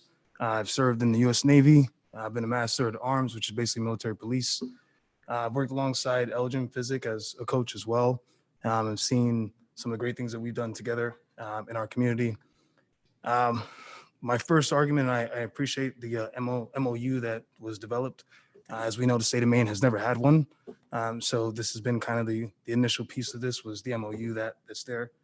The other thing is I also worked at Tree Street Youth, and I was the director of middle school and high school programming when in a show of force, officers showed up looking for a cell phone. 7 officers, 4 cop cars. I was there watching our kids as they were terrorized, to be honest with you. They felt that way. It was almost like it was controlled chaos in the space. It was actually there that I met Officer Strout, who I have immense respect for. We've worked alongside each other at Longley as Longley Leaders. Longley Leaders is the restorative justice program that they had at the time. What worked very well for us was the fact that he also allowed us to be us. And so when we talk about SROs and we talk about the entire program, when we talk about the history of SROs, one thing that I realized is that what he did is not normal for our SRO program. So what we're asking, what we're hoping is that as we move forward in this process, that the SROs that come behind him are going to be as good as he is, or as good as Officer Availing is, or as good as any of the ones that we have here in Lewiston. Are we leaving that up to chance? Are we leaving this process up to chance? I feel as though we have been over the course of time. The only other piece that I would bring up here is, and we talked about teachers. Teachers, I've got to put it on you guys. This, when you guys decided to become teachers, you decided to inspire. You decided to be a part of the process to help your students. Well, this is kind of the hard work. We didn't choose our students. Our students don't all come good. My kids are not always great, and so it's on us, and the onus is on us to be the best that we can be for our students, to give them the best that's possible, and to really understand who we're dealing with. Not to bring up other aspects of it, but obviously we've got issues. We are the epicenter of race here in Maine. We know that. Everyone else knows that, right? And our issues are not those of a Portland. They're not those of a Leeds. They're not those of any other area that's in Maine. We have specific issues that deal with those problems. And the kids that we're talking to, so to speak, are not always going to give us that information unless we're there for it. Case in point, again, I don't know how many were here for 2017 and Omar Abdirahman. Right, that's a whole different story, but he's a kid who dealt with an SRO here, and almost was expelled if it wasn't for the video that surfaced that year in 2017. We could choose to gloss over those, but that took place here. And I think we needed to spend time really, really honing in on the bigger issues that we have that our kids are saying to some of us. I mean, I say to all of us, but I know I hear it every single day. Every day that I talk to them, every day I deal with them, every day that I'm with them, I hear from them the issues that they've dealt with here at schools. So again, I recognize that, and Kieran and I have talked, he knows what my stance is with SROs, Officer Stroud as well. They both know where my stance is there. I recognize that that's not what we're talking about in terms of the elimination. At the same time, to add more SROs to a program that already has its deficiencies and take away from the great work that the restorative justice counselors have been doing over the years would be remiss. So again, that's my piece there. Thank you.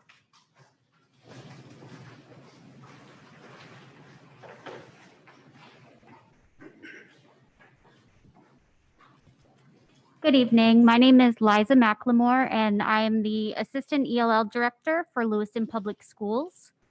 I've also had the honor of serving this community as a teacher, an instructional coach, an ed tech, an athletic coach, and I'm also a very proud alumni of this city. As a staff member working in a variety of roles, I personally have had minimal professional experience working with an SRO. I walk the halls of our schools and the streets of our city every day, and I can tell you with full confidence that I have never once feared for my safety, nor have I called an SRO for support. Over the past month, I've witnessed many of my white, American-born, native English-speaking colleagues express their discontent with the potential removal of SROs in Lewiston. I hear their reasoning claiming SROs are needed to build positive relationships with students or to keep us safe. Meanwhile, countless students of color are pleading for us to hear them and their discomfort of simply being in the presence of law enforcement. And while I agree that our role is to bridge this gap, who are we to determine how some of our most marginalized and vulnerable students get to build such relationships? What are we doing to amplify the voices of our students who are trying so hard to be heard, but oftentimes feel ignored because they're outvoted? As one of the most racially, linguistically, and culturally diverse districts in the state, what kind of message are we sending by having the largest number of SROs permanently positioned in our school for our own perceived safety, while so many students beg us to reconsider? And on the other hand, why is it okay from a budgetary standpoint to make cuts to programs that are intended to address the achievement gap, while budget lines including SROs remain the same or are increased? We must do better than this, and we need to reflect on how our decisions as a school district either directly or indirectly impact our minority students. I'm here tonight to use my voice to amplify those most often silenced because of a language barrier, a lack of understanding as to how to share their thoughts, or because their opinions are simply overshadowed by the majority. I'm speaking on behalf of so many Black, Brown, and New Manor students who have sat in my classroom and whose experience with law enforcement is vastly different from mine. I'm speaking for one of my Black colleagues who shared that they refused to come tonight because they fought so hard against systemic racism and bias in our school and continue to be shut down. As you continue with this discussion, I urge you to listen to the students and staff, specifically those from marginalized populations in our community. I beg you to listen to the voices of Lewiston families and staff who deserve to be heard. In Lewiston, we emphasize the importance of equity, but we so often fail to move beyond the systemic oppression of minority groups within our buildings. This conversation really is so much larger than school resource officers, but right now is our opportunity as a school district to prove that we can be equitable, and it's the first step towards showing our students that their voices matter. Let's not forget the proposal is not to eliminate SROs. It's to remain status quo and to prove to our minority students that they matter. Thank you.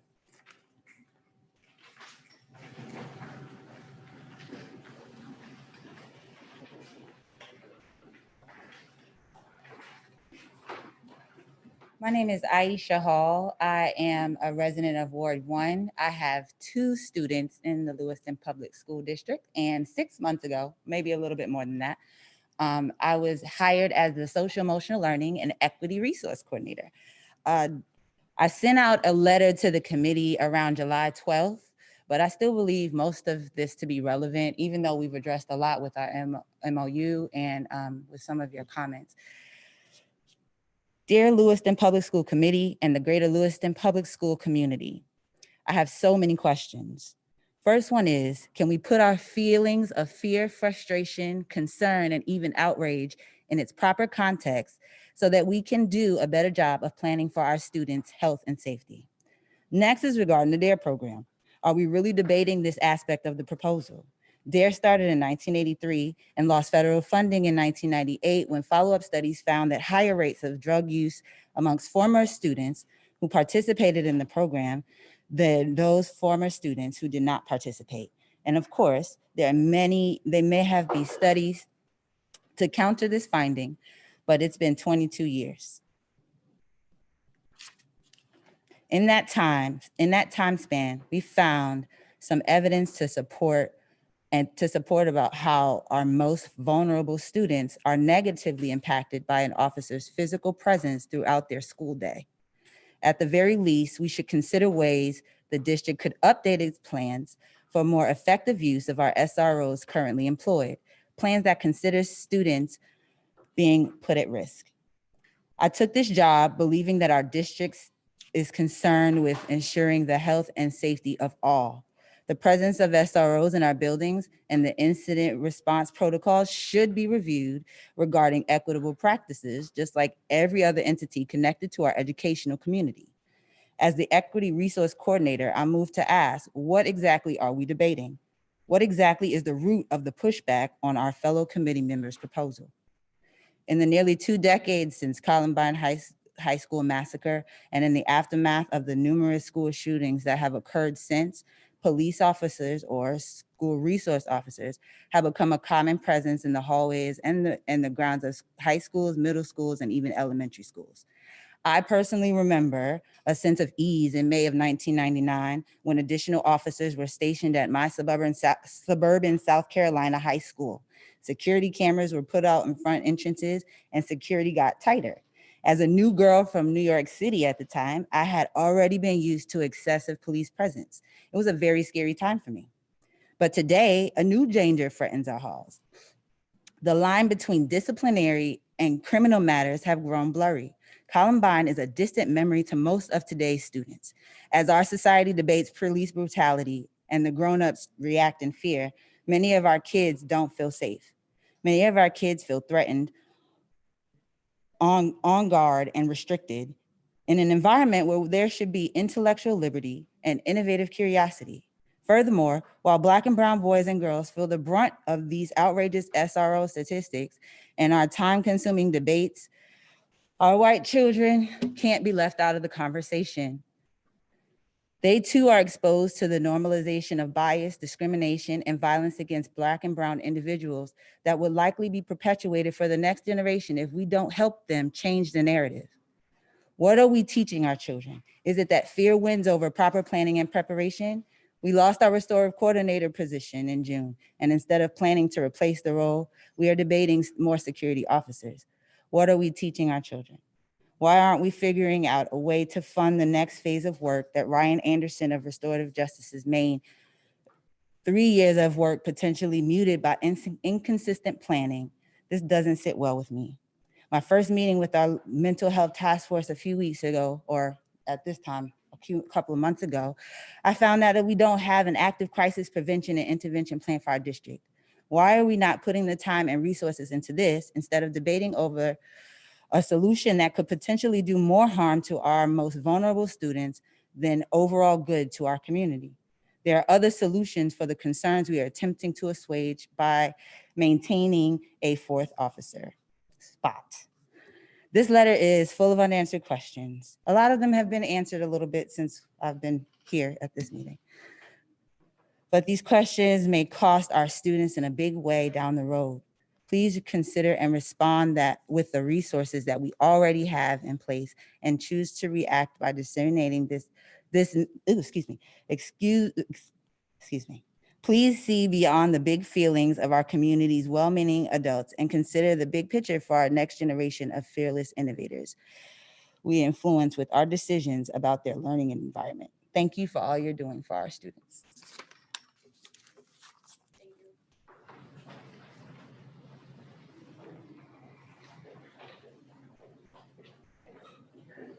Hello, I'm Matthew, youth advocate for Maine Youth Justice. So I'm 18 myself. I've been in and out of the school districts of Lewiston and Lisbon. I've been involved with SROs and police officers, mainly in Lewiston. I know from personal experience that while in schools, the SROs do bring another level of stress and fear for the community around them. I feel that resource officers are a better fit and more trained in the aspect of dealing with modern youth. With the disability aspect and everything going on around us, where police officers are more apt to deal with criminal activity. I didn't really write anything down, so I'm kind of trying to go off the top of my head. So I do apologize if I stutter a little bit. Over the past couple of weeks with my organization, we have been doing research into this. We do know that Black and African-American students are more likely to be targeted by police activity, leading back that home life does, if we all agree, home life does affect our schools and our community life. And if we have officers in the community which affect ours, it's going to put a bad example on the SORs. Great people doesn't belong in schools, especially elementary schools with younger kids. Parents, like I said earlier, parents that fear cops are going to put it on their kids and they're going to feel it. And it just puts a stress in the schools. It destroys our learning, and it always lowers the overall factors of the grades. A lot of times with SROs in schools, especially even if they're not in the schools, when they come in, kids tend to panic. I know myself personally, when SROs are in my schools, I tend to feel an elevated level of stress, start getting anxious, not focusing on my work. And I honestly don't feel comfortable talking to cops. Nothing against them, but they have an obligation to report anything, and anything that can be deemed criminal activity can go the other way. Black African Americans are 2 times more likely to be arrested than whites, 4 times more with a disability. Lewiston Army is very diverse. We have African Americans, Asians, Blacks, whites, you name it, all over. With everything going on in minor society, it's not fit to have them. We could be using, $150,000 to provide, additional resources, after school programs for our students here. We could be having restorative justice counselors, drug counselors. We could open up a whole nother window of opportunities for the youth here that is funds are currently being eaten up by, stuff that really doesn't belong in a school. I don't feel officers belong in a school that is in the modern society where, security's taking over and all that. I feel that we need to look to a more restorative way of dealing with things. We need to think about the mental health. We need to think about the trauma of the past, and we need to learn how to train and to cope with it. I really don't have anything else for you guys. Just really wanted to present. Thank you for your time. Thank you.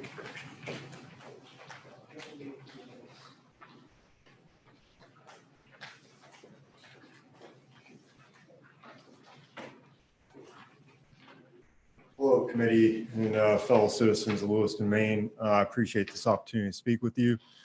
I am Officer Matthew Vierling. I'm the school resource officer at Lewiston High School.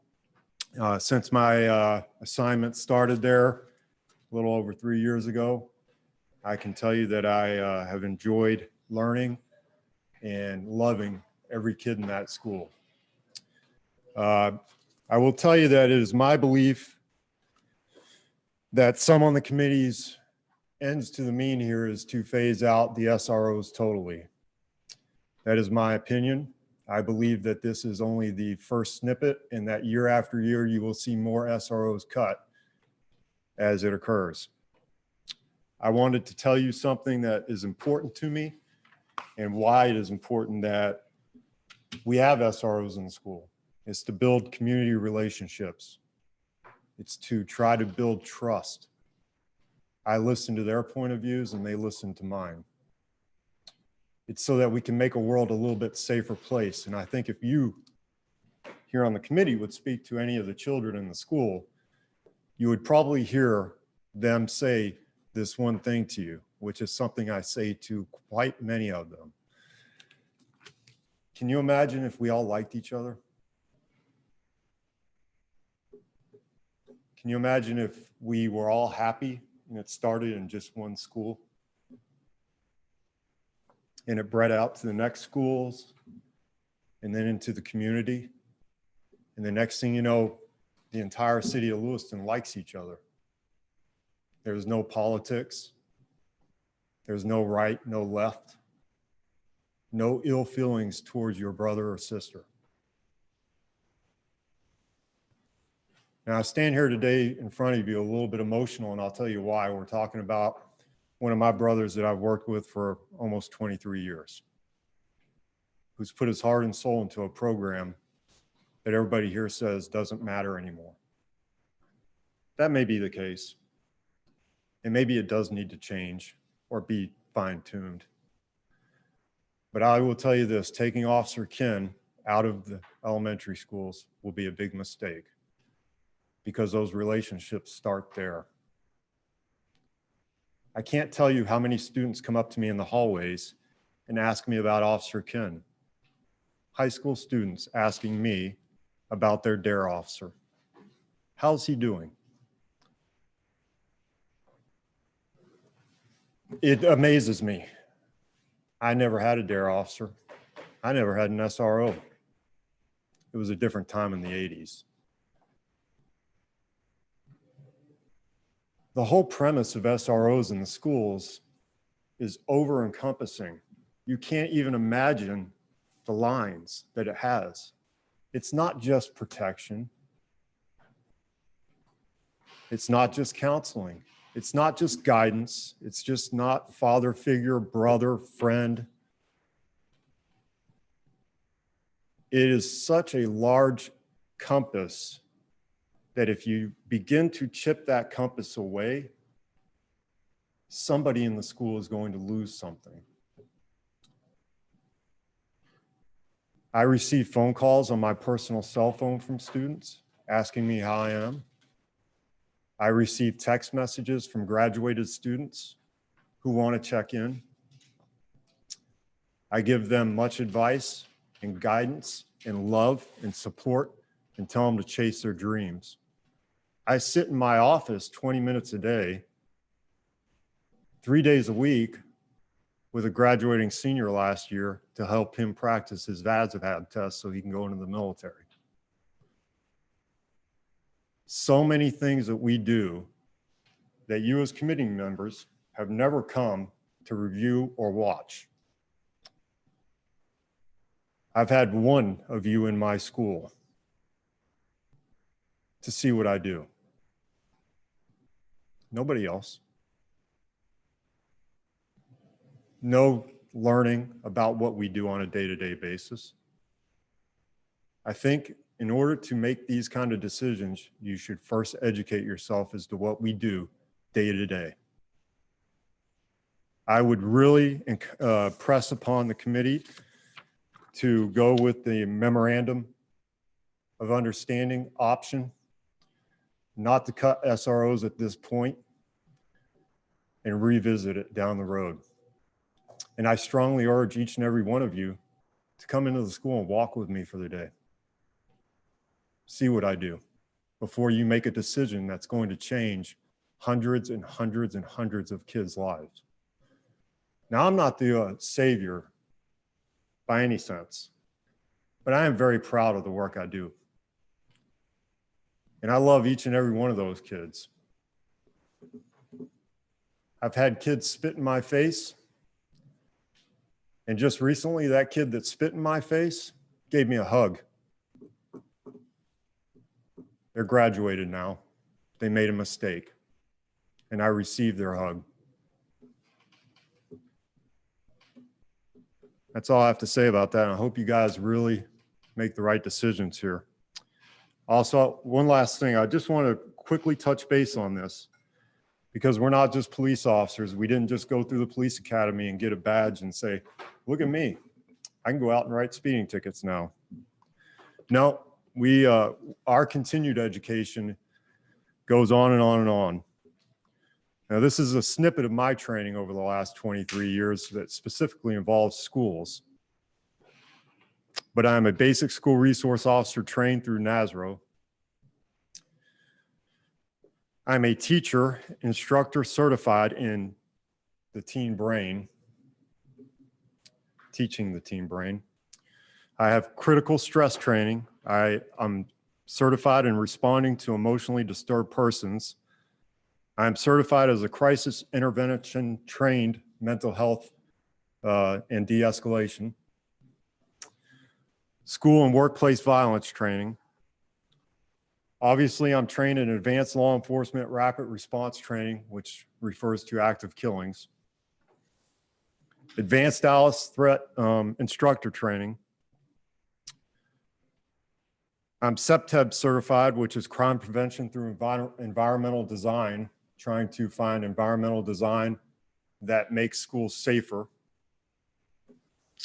I'm adolescent mentally health trained. I'm trained with awareness in policing and diversity, principles in ethics and integrity, CPR AED certified, de-escalation training, verbal judo, trained in awareness to people with intellectual disabilities. I also am trained in the approach to substance use disorders classes 1 and 2, responding to mental health crisis classes 1 and 2, anti-bias policing classes 1 and 2, and the list goes on and on. And each one of those men that sit over there against that wall have very similar training. Hundreds and thousands of dollars in training here that you guys are just ready to begin to wipe out. Not because it's the best for our children, but because it's a political decision. Thank you for your time.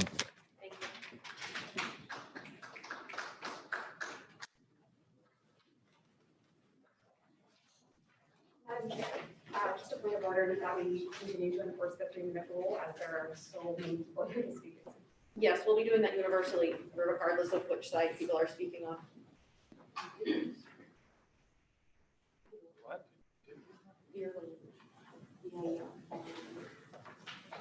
Sorry, go ahead.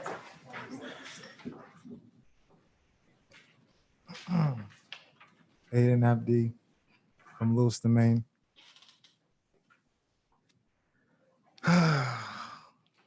SROs are intimidating.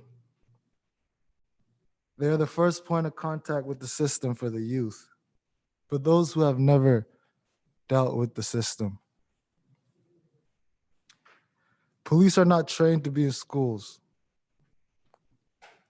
There is no legitimate training that we see or hear of that tells us that police are trained to be within schools.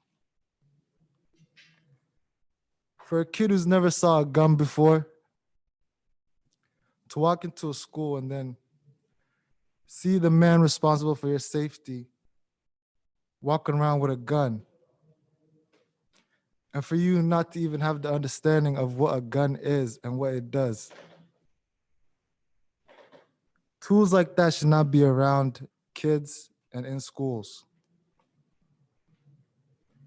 Police are not trained to do things like hall monitoring, mentoring.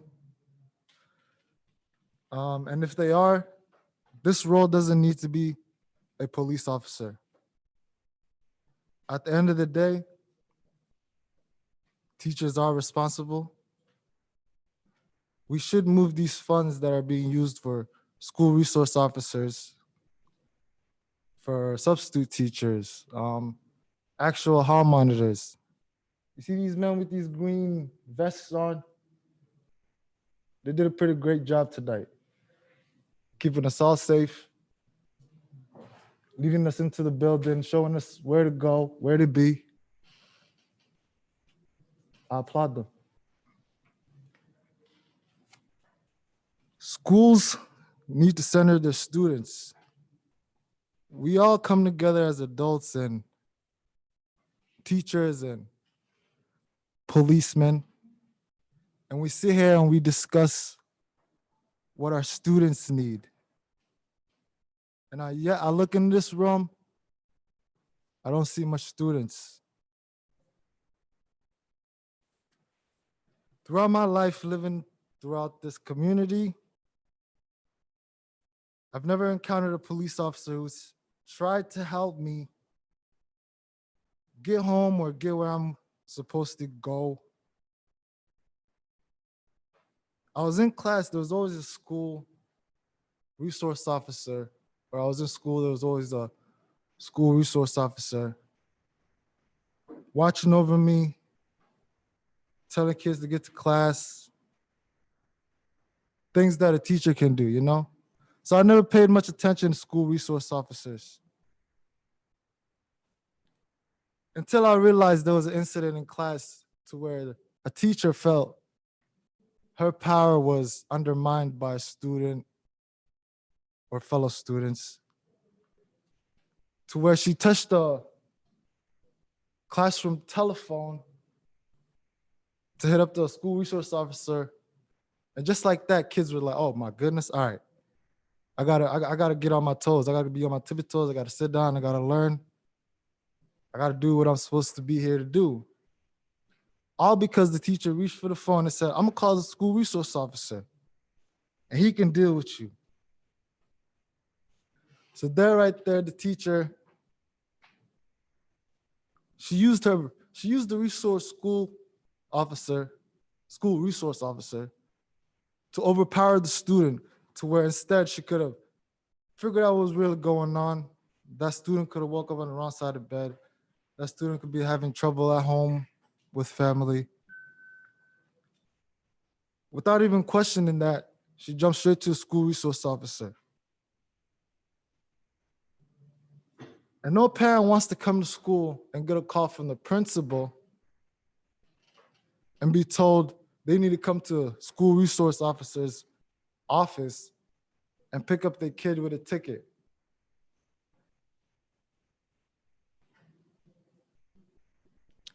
He is a police officer and a badge. What resources is he giving me? Everything that has to do with him leads to the system.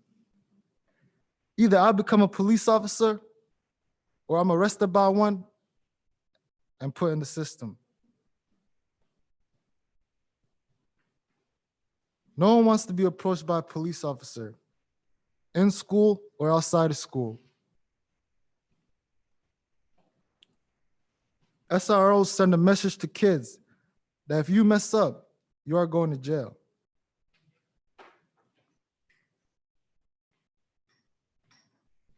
And now you have to answer to your peers and fellow classmates to why you ended up in jail.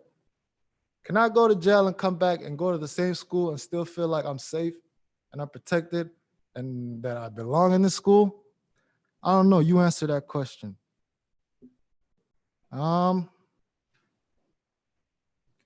Portland schools voted to remove the school resource officers, even though I'm hearing they only have one. If they could do it, and they have such a bigger population than us, I believe we can make the same movements. I believe we can make a change to these schools without needing any school resource officers. That's all. Thank you. Seeing that we have several people in line still to speak here, and we have several on the webinar that would like to speak, I've been allowing people to go a little bit over the 3 minutes. I'm going to start, I don't want to interrupt people when they're speaking, but I'll just say 30 seconds when you have 30 seconds left so that you can start to wrap it up. Matt, sorry, we're gonna recess 5 minutes. Pardon me? 5-minute recess. Okay. Is everybody okay with taking a brief recess? Yes? Okay, we will take a 5-minute break.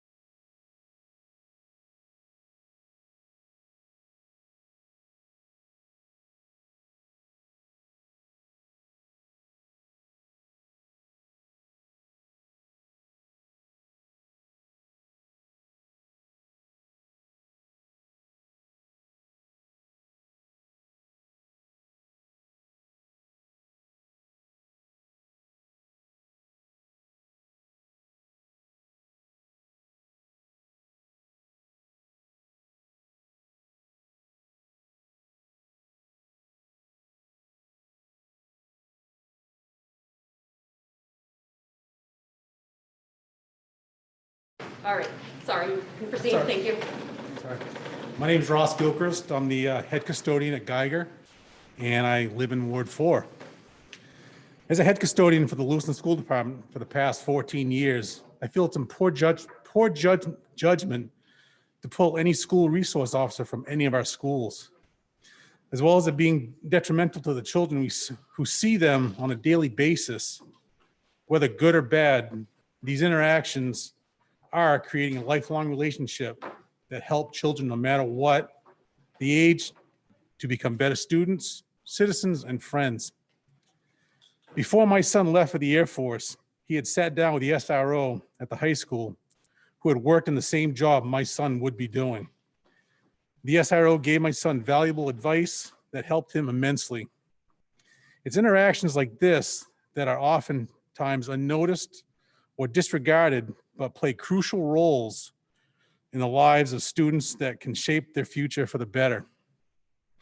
Removing SROs from Lewiston schools would negatively impact those students who look up to them and ruin the possibilities for others to learn from these fine officers and the advice they may have. I urge you that whatever you have already decided beforehand, to vote to keep SROs in our buildings. Thank you.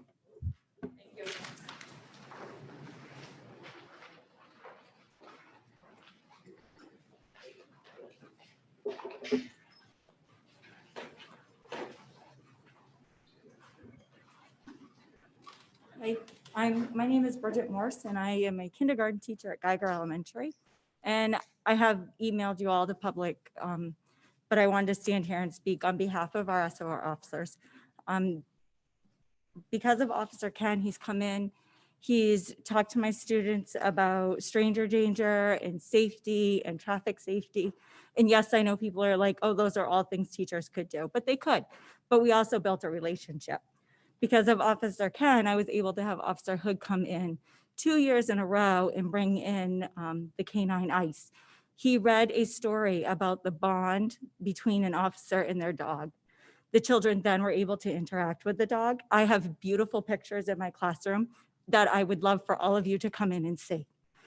I have pictures of another officer coming in and reading stories during Read Across America with the children. And the children always love to have the officers there. They ask questions, we build relationships, they look for the officers. They seek out Ken in the hallway, high fives, fist bumps. They can't wait to see him. They will pick him out of anywhere before I even see him. I think that we're sending a wrong message to our students about who these men and women are in our community when we pull them out of our classrooms. For some students, this is the only positive interaction that they have with police officers. And we need to let that interaction continue to happen for them, because those officers are the people they're going to look for when they are in trouble on the street. If something happens, they're going to want that officer. And I know the officers are used. I'm sorry, I'm so nervous. The officers are called on, the resource officers, to interact with the students when they're off duty at times, because they already have that bond with them. They already have that connection.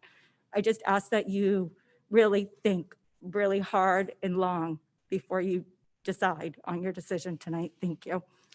Thank you.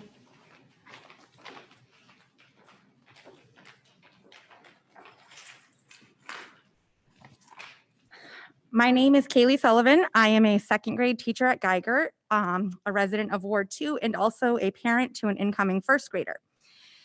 As a teacher, I believe our SROs play a valuable role in our schools. Not only do they help support most of our students to feel safe, especially after tragedies, but they also provide an important opportunity for positive interactions. Although I cannot speak for every student, in the past 3 years at Geiger, I have not witnessed or heard of a student having fears in regards to our SRO. In fact, I have witnessed the exact opposite. I have been walking my class through the hall as Officer Strout passes through, and every one of my students, who are usually quiet in line, surprisingly, gets excited and shouts out hi. Their faces beaming, arms waving enthusiastically, and feet and bodies dancing around. You honestly cannot help but smile yourself as you see the excitement they get from a simple hello from Officer Strout. I have had students ask to go see him instead of talking to me or one of our counselors or clinicians. He is a positive connection within our community that the students look forward to seeing.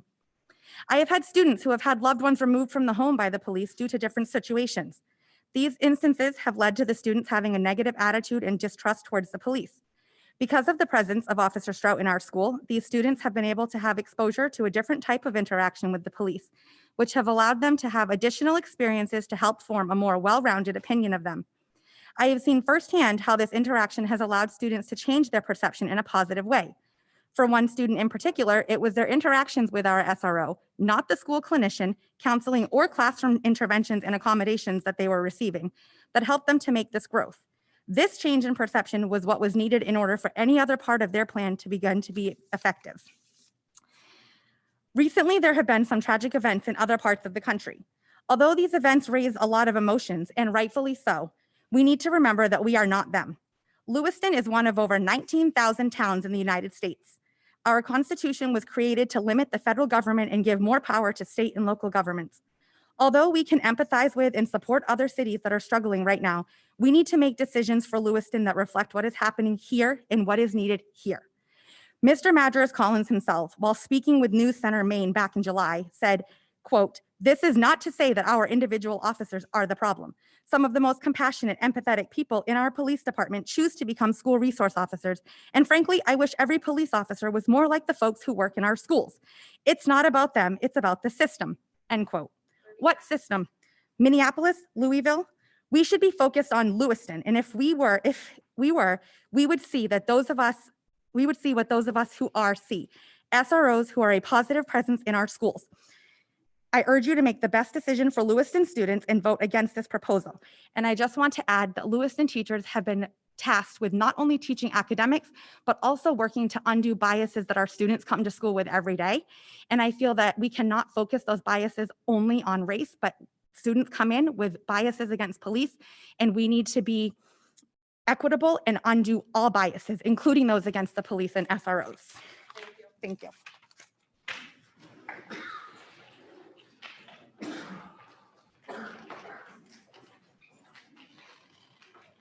My name is Bernie McAllister, and I live at on Webster Street in Lewiston.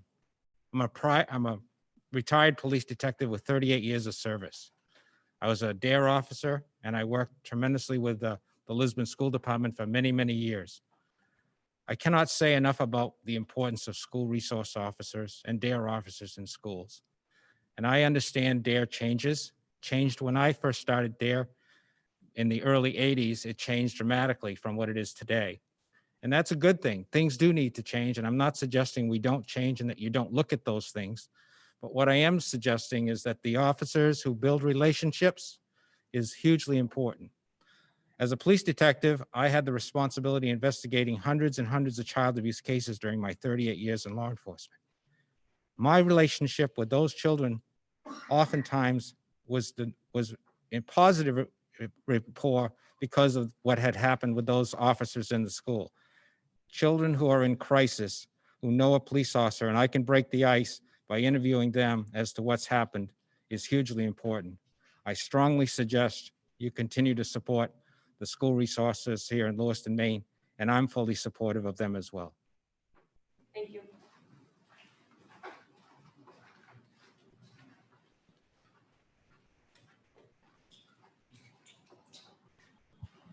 Hello, my name is Renee Bernard, and I live on Webster Street as well. I'm going to read most of the letter or email that I submitted to you all. As I said, my name is Renee Bernard, and I've been in law enforcement for 28 years. I'm a school resource officer in Lisbon, and I've done that job for 15 years. And I've been a DARE officer for 25 years, going on 26 years.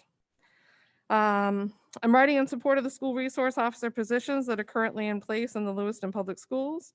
I'm against the proposal to reduce the number of SROs. I'm also against the proposal to cut the DARE, Drug Abuse Resistance Program, in our schools. I support the funding of a restorative practices position within the Lewiston High School, but not if the only way that can happen is to cut an SRO. I do not support the proposal to ban school resource officers from the elementary school setting. Recently, I had the opportunity to listen to a radio broadcast, this was back in July, that school committee member, Mr. Collins, participated in. Maine Public Radio hosted a Maine calling show On July 9th, titled School Resource Officers Calls for Police Reform Focus on Removing SROs.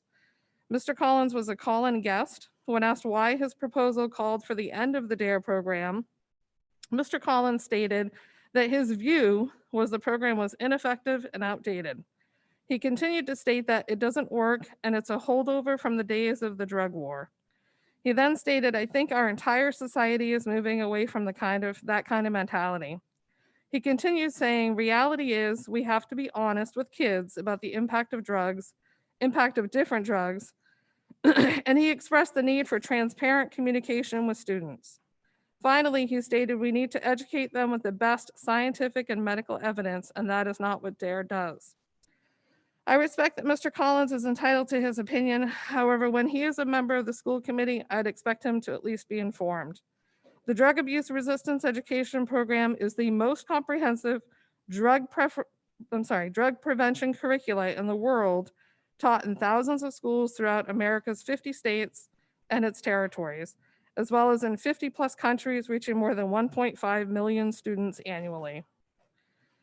In contrast to Mr. Collins' view, DARE has been developed through partnerships with highly respected universities and prevention education experts. Thank you. Each curriculum has been developed and approved under the guidance of DARE America's Scientific Advisory Committee, chaired by Richard Clayton, PhD. This is not the anti-drug program from the 80s. I would also state my opinion that as a member of the community of Lewiston, I disagree with your statement that our society is moving away from that kind of mentality. I can assure you I'm very much still behind the mentality that believes that we should be teaching our youth information that could help them to make positive choices. Again, this is an email I shared. I hope you guys all read it. I do want to point out, as my email stated, that it is science-based. The work that Officer Strout's doing, similar work I'm doing, these guys, and that are doing the SRO program are doing important work. And I really hope that you guys reject Mr. Collins' proposal. Thank you.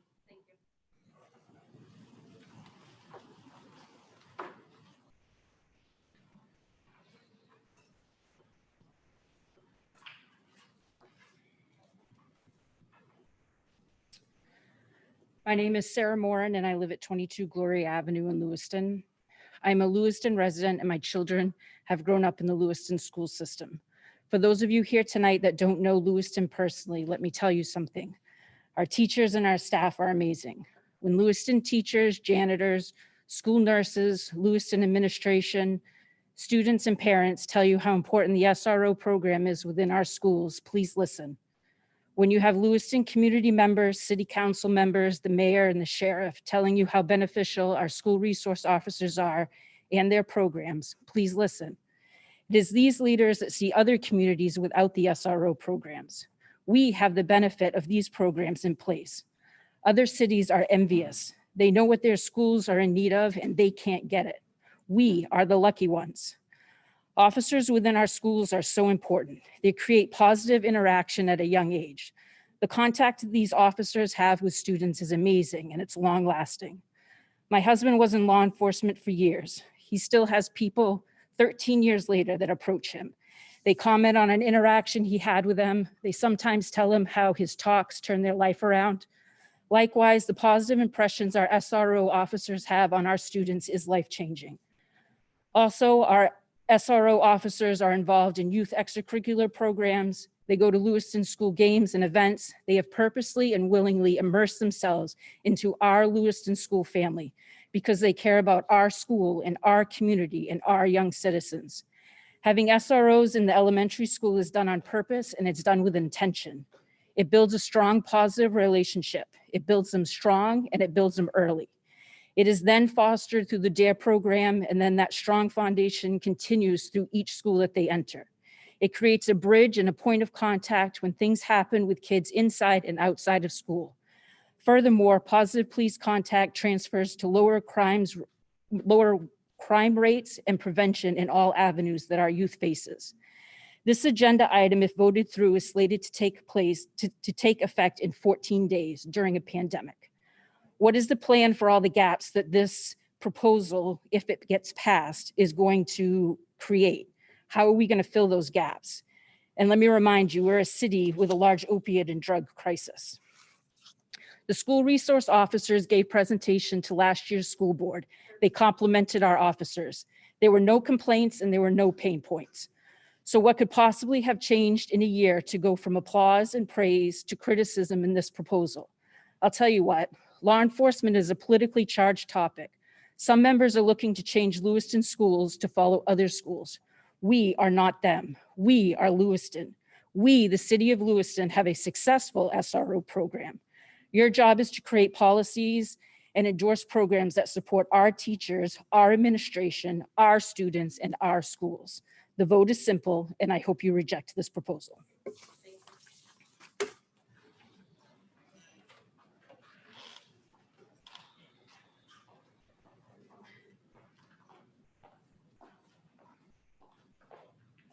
Good evening. Can you hear me? My name is Faucia Musa. I run an organization called Main Community Integration Lewiston, but I'm Auburn resident, Ward 1. All these 2 months, I've been thinking about resource and safety, two words that I could not get rid of in my head. Safety is something that none of you sitting here can tell me. You don't know what it's like to walk from country to country, empty stomach and barefoot, just to seek a safety, all right? That's why we're here in this country, to seek safety. Everybody who spoke tonight, good or bad, spoke about statistics and science. 97% of state of Maine is white, but the juvenile justice in Long Creek is the opposite number, are Black. In my entire existence, 15 years in and out of working in Lewiston Department and many school department, different capacity, I have not witnessed one day where a resource police officer was connecting a child of color to resources. But one resource that was very obvious and prevalent is the prison to school pipeline. I have a son who's 11 years old. He's Muslim, his name is Mubarak, and he's brown. I tell him every day that he cannot carry a toy gun because I think about him, even though he has seizures and so many other health issues and have comprehension issues too, that the simple idea of him playing with gun and encountering with a police officer would be deadly for him. That's my reality. You can't tell me that we feel safe. I'm sorry, I'm gonna go back. Everybody talked about being politically correct and this is politics. No, it's not a politics. This is a problem on race, inequality, and inequality, okay? I'm sorry, I'm very nervous, okay? I'm usually very emotional, but I'm gonna be strong tonight. I thought about it all last night, and the only way I can think about this so-called safety is one thing that comes to my mind. Are you all afraid of those little nappy head, brown skin boys in your classes? That's the only reason you need a fourth officer. In Lewiston, particularly in Lewiston schools, you don't have a single data or a single proof that SROs are doing anything good other than taking the kids who look like me to prison. And that is a fact. Thank you. I'm also aware that I'm one person. But I thought about the broken window theory and how communities of color and neighborhood of poor people have more policing. I also thought about when I was coming here, the butterfly effect. So what, I'm one person against a lot of people who are sitting here tonight, but I'm still gonna show up and say my piece on behalf of children who look like me who cannot speak. I'm here in favor of the proposal. I took 2 times a Lewiston Police Citizen Academy. The first time by myself to understand what it's like to be a police officer in this country. And second time, my daughter who's sitting here was underage. 10 weeks each, 20 every Tuesday. And many of the officers who did the training are sitting here tonight. I do support the officers because I understand what's like to be in a war zone and I understand what's like to face a gun every day and not sure if you're gonna come home and see your kids. I'm not here against the police officer and I'm not here to remove the 3 existing police officers in the community. As a matter of fact, one of the officers who's here tonight, and I think he works at Connors, I hear so many children who call him a grandpa, but I never met him. I think he walked by me tonight. You're welcome.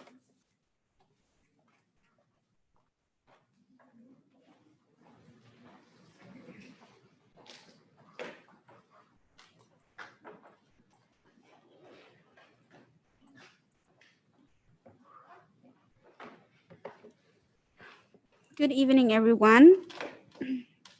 My name is Sophia Khalid. I'm standing in front of you tonight as a graduate of class of 2014, as someone who has a sibling, a brother, as a sophomore in Lewiston High School, and several relatives in Lewiston Public Schools. I really need you all to deeply think about how beautifully diverse our schools are. We are rich in culture, diversity, perspectives, and backgrounds when it comes to our students. Now think about how Black and Brown students are underserved and overlooked. In the entire Lewiston Public Schools, there are few Black educators and no guidance counselors of color. Lewiston High School doesn't have an equity, inclusion, and diversity position that connects the schools and parents to build the gap in relationships. Now think about removing the only position that vulnerable students need and dependent on for emotional and authentic support. I can't express how many students have shared with me experiences of discrimination in the Lewiston Public School system. It's evident that Lewiston Public Schools have failed their Black and Brown students in many ways. This is not about left or right. This is not about politics. This is about our students who need mental and emotional support, who need school psychologists, who need mentoring programs so that they can succeed in the school and after school, who need cultural integration support. There are many positions that are critical to our vulnerable students that have not been thought about. But we continue to push and fund positions that our students are uncomfortable with and are afraid of, while looking the other way when it comes to positions that are critically needed by marginalized students. Please don't fail our students tonight again.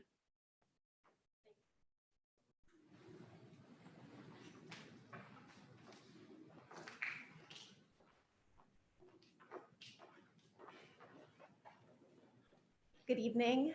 My name is Megan Sway, and I am Policy Counsel with the American Civil Liberties Union of Maine, and I am here tonight in support of the pending proposal. Like others, the ACLU of Maine values the safety of the schools for students, staff, and the entire community.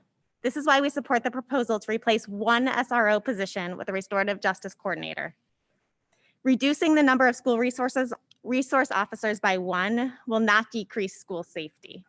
There's no evidence that increased police presence in schools improves student safety, student educational outcomes, or student mental health. For example, a recent evaluation of the impact of North Carolina's school resource officer program found that middle schools that hired SROs did not report reductions in serious incidents like assaults, homicide, bomb threats, possession of and use of alcohol, etc. Instead, there is evidence that the presence of SROs has led to more kids being funneled into our juvenile justice system. Those are kids who used to be handled through the school disciplinary system who are now being handled through law enforcement. The presence of police shifts the focus from learning and supporting students to over-disciplining and criminalizing them. Police and school administrators necessarily have different lenses through which they look at things. What a police officer sees as a possible criminal offense can be seen by an administrator as an issue of a student needing supports, guidance, correction, or discipline. An administrator may see a violation of school rules in the context of social and emotional learning, developmental issues, or a child's unmet needs and respond one way. An SRO may see conduct that meets the technical elements of an assault or criminal threatening and deal with it as a criminal or corrections matter. And because we ask SROs to be guidance counselors and police at the same time, this often confuses students about how they should respond. And it can lead kids to give up their rights when they talk to SROs because they think they are talking to their friend when they are talking to a law enforcement officer. So from the ACLU's perspective, that's concerning.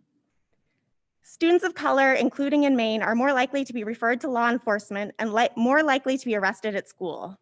While Black children make up 3.1% of Maine's school populations, they receive over 6% of the referrals to law enforcement that remove them from school for similar behaviors to their white peers. This early contact with the criminal legal system increases the likelihood they will be caught up in the system as adults. We urge you to support the proposals that remove funding for police officers in Lewiston schools for one position and put those resources where they are truly needed, into restorative justice practices that can give kids the tools they need to resolve conflict on their own without involving police, judges, or prisons. Thank you.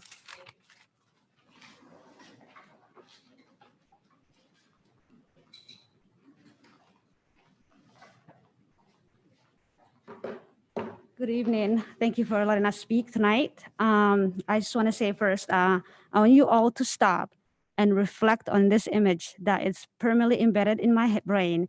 Imagine watching one of your students being taken out of your school in handcuffs and seeing the pain and fear in their eyes. Now imagine being that student and having to return to face this person every day. How would that benefit your educational experience? I'll tell you why. They won't benefit because they are going to be traumatized for life, and there will not be enough support that's going to be given in school. So I should have said my name first. My name is Hawa Abdullah. I'm a Lewiston Public Schools employee. I am in support of the proposal. Please think about it because we need more social workers. We need more counselors. We need more school nurse. We actually need more busing right now since school is going to be reopening. So as a taxpayer of Lewiston, adding 4th officers, and not to replace the 3 officers that we already have, and adding a 4th officer, not knowing that this is the taxpayer that I vote and the budget that I vote every year. So it's kind of this hurting this. I'm hearing that we're going to have a 4th officer, but we don't have enough nurses or we don't have enough social workers, or there's some programs that in schools that are less funded. So police officers they belong in the community to protect and serve, not in the schools. So this proposal is a start. So police does not need to be wearing their uniforms, armed and gun in schools. Imagine those kids who are brand new to the country, who seeing guns in for example, me, when I first time I was reacting with a police officer when I was in elementary school, I didn't like that. But now, because that's if we have our uniform or police officer put in a different uniform rather than wearing their gun or hide their guns, that makes more easier for kids to interact with more.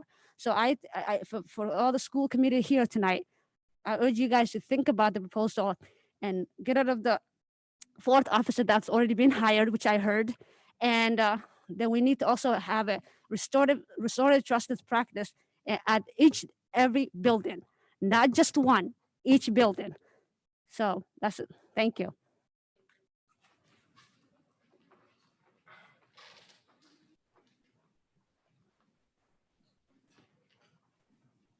My name is Sarah Pomelo, and I live at 8 Elaine Avenue in Lewiston. I have 3 Lewiston students, and I'm a 6th grade teacher at an elementary school here in Lewiston.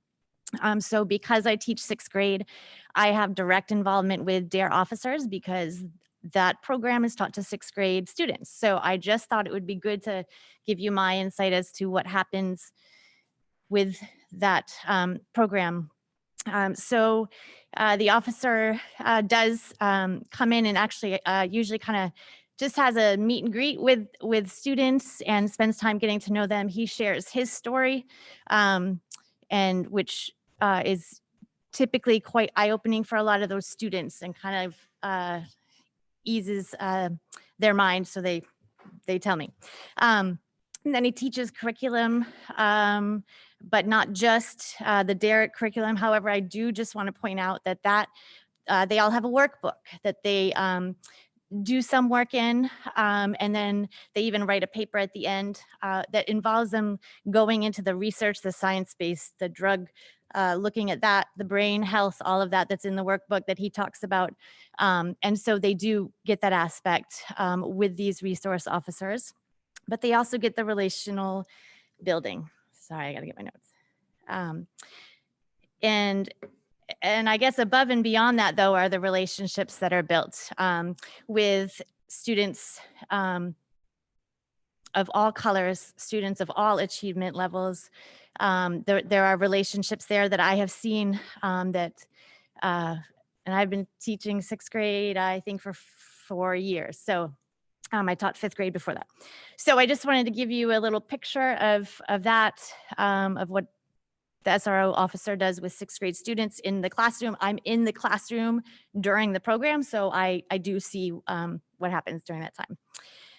And then the last little bit I just want to say is, first, I want to be seen as a teacher who loves her Black students, who loves her white students, who loves her brown students, who loves her high achieving, her low achieving, her students with disabilities. I love my students, and I think if you asked my students of all colors, that they would say they know that.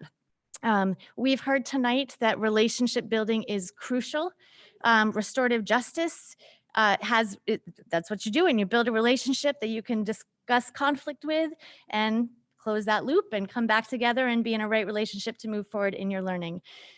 Teachers would love to spend all day doing that, but we can't because we're tasked with a job to also educate them in their academics, help them when they bruise their knee, make sure they can find their folders, help them get down the hall to the bathroom. We have a lot of jobs. And so I really fear of anything that's going to take people out of this, the schools. I don't know what happens to the elementary schools if we have a restorative justice coordinator. I'm with her. We need one in every building. Because we just need relationships to help these kids. They need as many people as they can around them, supporting them. So I would urge you not to vote for this proposal, but I would ask you to then look at what does Lewiston need to do, because we do have a lot of work, hard work to do in terms of working with our students of color, working with our students of with disabilities. But I don't think the answer is this proposal. I think that's another something that we should all work together to do. Thank you.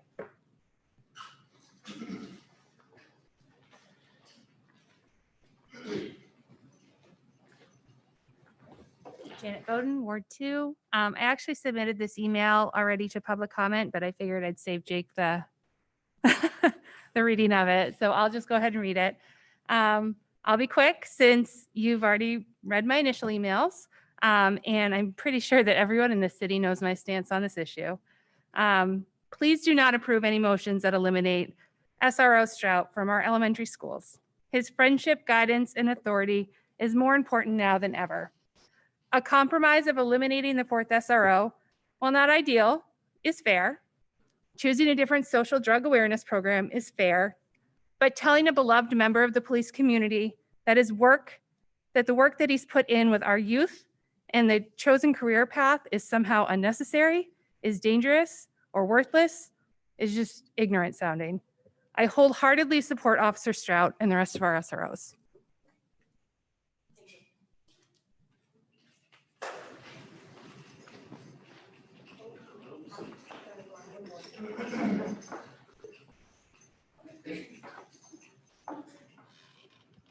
Is everybody able to hear me? All right, my name is Shadia. My mom is sitting in the back over there. She did speak before me. I'm a youth community representative for Maine Community Integrations, and I'm here to speak against the proposal. I'm sorry, in favor of the proposal. In sociology, one of the things they teach you is symbolic interactionism. And if you look at Black youth and marginalized youth who may often have negative images and interactions with the police, they may feel more uncomfortable if we have the 4th officer. I also did take the Lewiston Police Academy class, so I fully empathize with all of the SROs and police officers in this room. Officer Philippon is also a close friend of my family's, and I wanted to add that as well. And yeah, I mean, I don't really have much to say, but I did want to add my 2 cents in.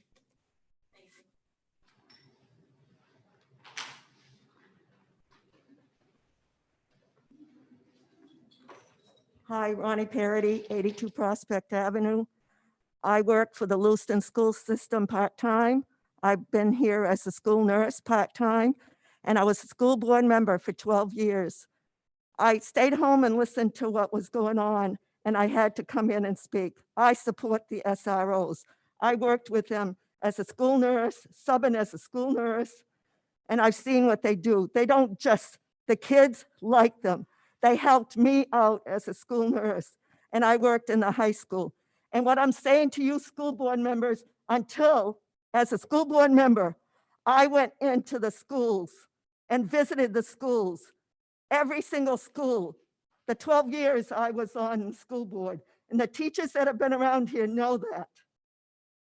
You should not be voting on something you do not know what is going on until you go in the schools and see during the day what is going on. Then you will know what the SROs really do. You should not get rid of them. And as a restorative justice, yes, I agree with it. Yes, I don't.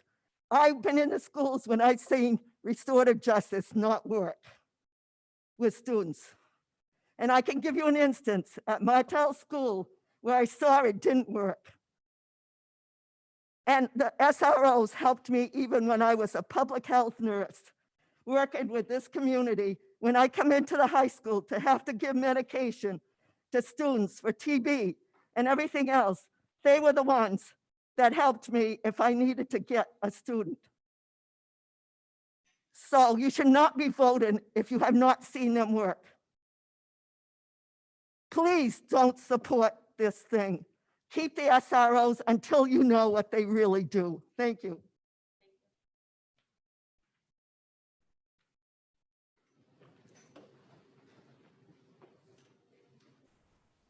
Good evening, Madam Chair, School Committee. My name is Joseph Philippon, and I live on Bristol Road in Lewiston, and I also happen to be a police officer as well with the Lewiston Police Department. First, I want to acknowledge something that committee member Elgin Physics said earlier, and that Leanne Hawkins also supported, which was the expansion of rec program. I'm very happy and excited to hear that, and I really would ask that the committee itself review the public use and access policies regarding our facilities. This is a critical need for our community. But with that, sorry, my mask keeps falling. It has been often said by those in support of this proposal that this is not about individual police officers. Rather, we're talking about police in schools.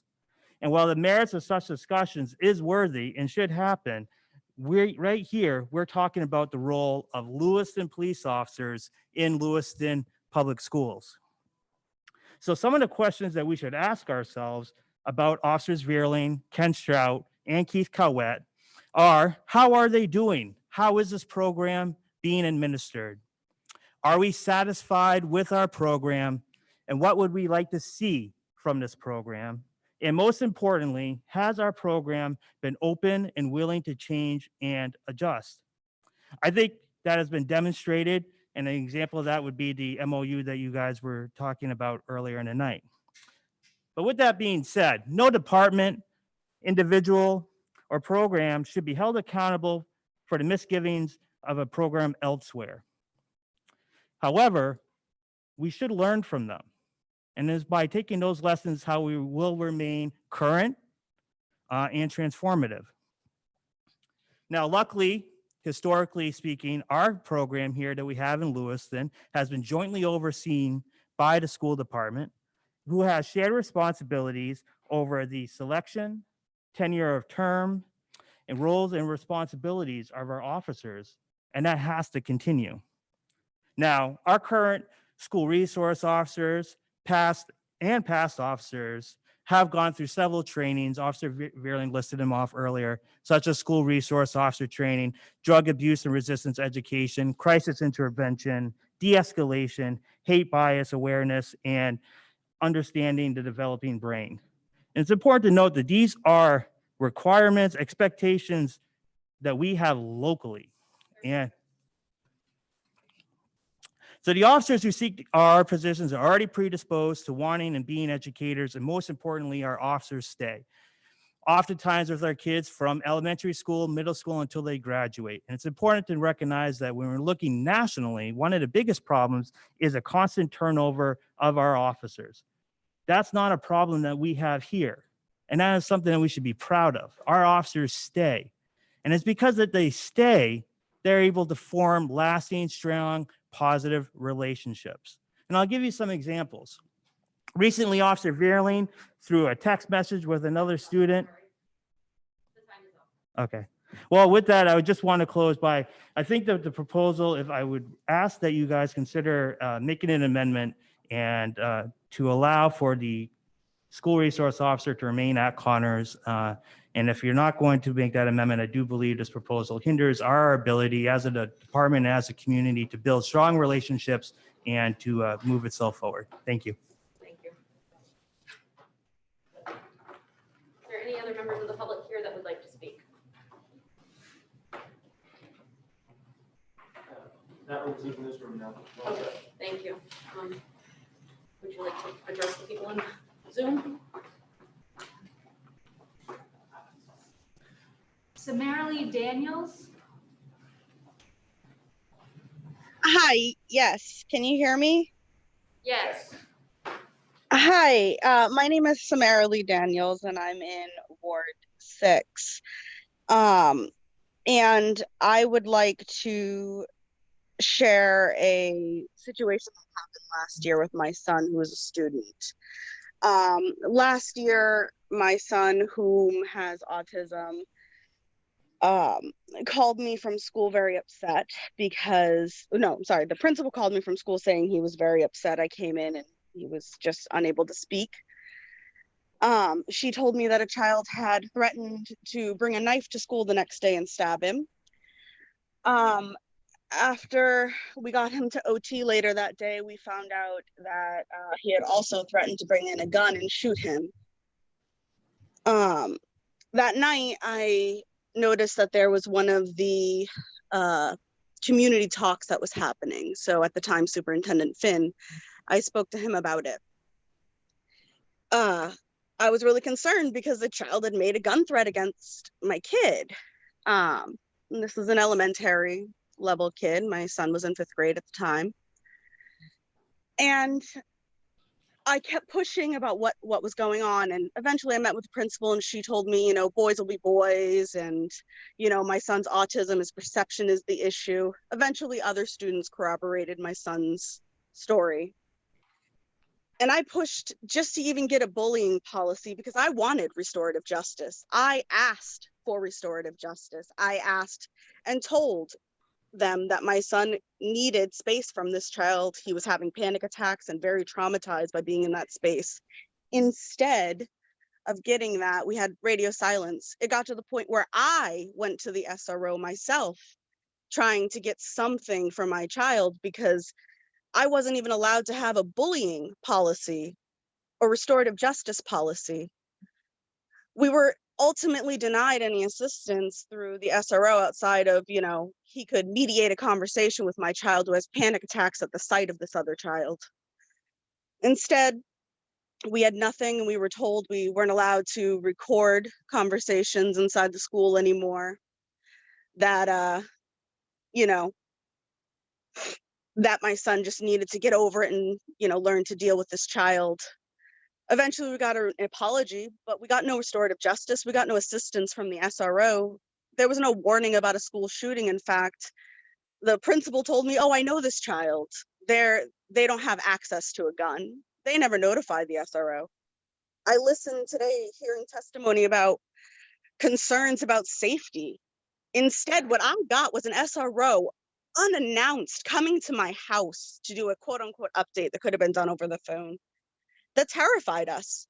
Unbeknownst to that SRO, I moved to this community partially to get out of the community in Maine that I lived in, where I had an officer pull a gun on my face looking for another Black man because I was Black on my own porch. So yes, we have fear. This is not politics. This is safety. We deserve safety. We deserve to feel safe in our schools and sending our children to the schools. We know that our children do not have the same rights as they do when they are outside, when they're at the school, that SROs can talk to them without us and do all of these things. You talk about building relationships. We worry about the fear of our Black, brown children. We worry that they're going to turn and be the ones with the gun in their face. And my child, who has a hard time articulating himself, is not going to be able to say what's happening. He is going to stim. He's going to have a reaction. And I have to worry that somebody's going to shoot my kid because an SRO was talking to him because he reacted to feeling fearful in school every day because he can't get restorative justice or any justice. Thank you. So, Philip Johnston.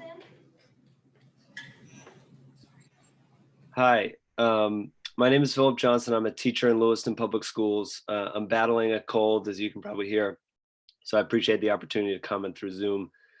I'm speaking tonight to implore the school committee to consider the effort it takes to implement restorative practices in our schools and to ensure safety for all. My hope is to explain why that effort is worthwhile and why it moves us beyond the question of SROs. All students and staff in schools want to feel safe. That is critical. The definition of safety is freedom from harm or danger, and harm can be physical or mental. But today we have to recognize that harm is a two-way street. When we work with students in a public school system, we have to recognize that we inherit generations of harm done to Black and brown, low income, and special education students, whether we were there or not, and whether it was intentional or not. Furthermore, we create harm when we do not affirm our students' identities. We create harm when we merely provide punitive responses to behavior. We create harm when we discipline certain behaviors and not others. And we create harm when we leave students out of the decision-making process. It is important to note that harms create a ripple effect. Harms can be reflected back as a defense mechanism by those being harmed. It can also be missed, buried, or unseen, only to come back at another time and feel even more hurtful. Basically, if harm is not addressed and repaired, we delude ourselves into thinking we are okay when we are not. Restorative practices are a means to repair harm, but also to create a future with less harm. While restorative practice coordinators are necessary to begin to create this safety for all students, if we only charge one member per school to focus on it, we're actually reducing this effort and missing an opportunity to enact sustainable change. It's my personal opinion that we shouldn't have armed or unarmed officers in schools. I appreciate that this committee has tried to find a compromise to different community demands. My ask, however, is that the school committee take this opportunity to engage student, school, staff, and community voices in a specific effort to craft district-wide restorative practices, school by school, that honor the voices of those most harmed. I firmly believe that if we come together as a community full of amazing students, families, and educators, we can find ways to implement restorative practices, because we are the experts of our community. And if we focus on creating safety and repairing harm whenever or wherever it occurs, we can create an environment where all kids can thrive. Thank you. Thank you.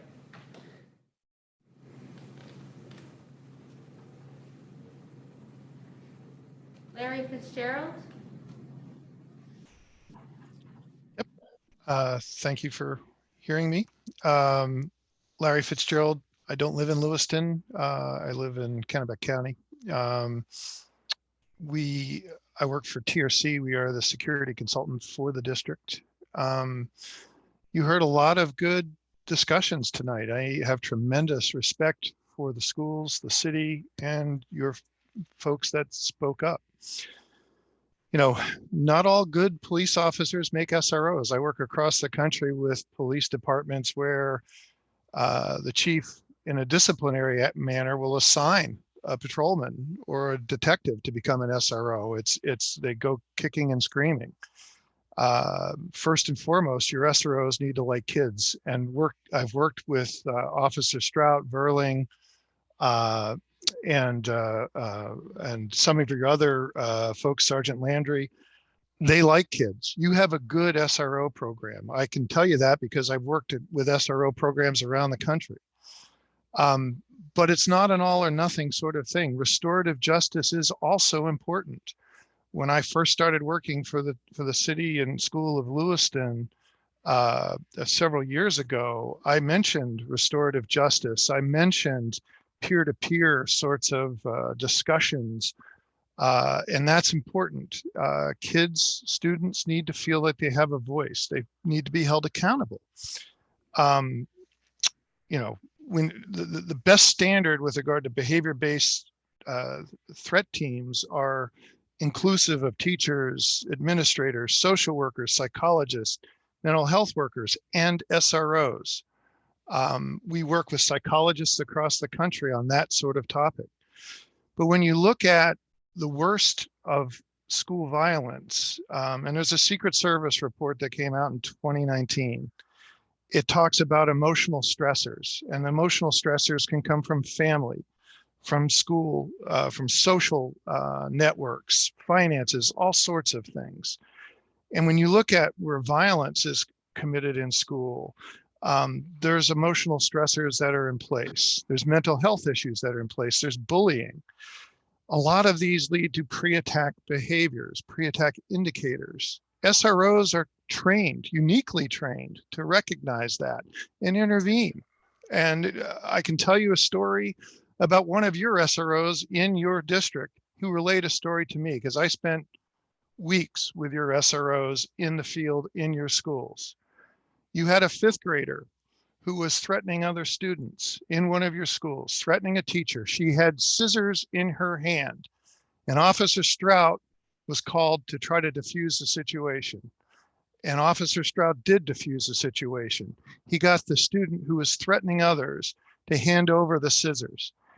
She ended up crying. And I don't know that he wants me to tell you this, but I think he cried too. It was a pretty emotional sort of deal. And the end of the thing is, it was a diffused situation. Violence didn't happen because you had an SRO available. I think SRO is important. I think they're important in Connors. It's a big school right next to your high school. But I also think restorative justice is important.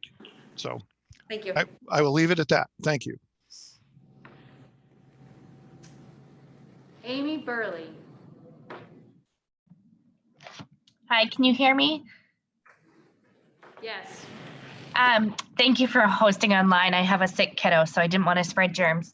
I am a resident in Lewiston. I live on Samard Avenue, and I'm also a parent of elementary students at McMahon, and I teach at McMahon. And a lot of what I've heard tonight, I agree with on both sides. The need for restorative justice is really strong in our schools. I know that I can speak firsthand for McMahon staff that we've worked really hard on that in our schools, but you're right, we need more. We need people in every school that can give us additional resources for that. But I'm worried when we take that and we say it's an either or, we're going to get rid of an SRO position for the exchange of a restorative justice position. I don't think that it should be an either or question. My daughter's in 6th grade, and when I said to her that she might not see Officer Strout very much this year, because he wouldn't be in the schools as much since he wouldn't be positioned there if this passed, her first words were, "But Mom, he makes me feel safe."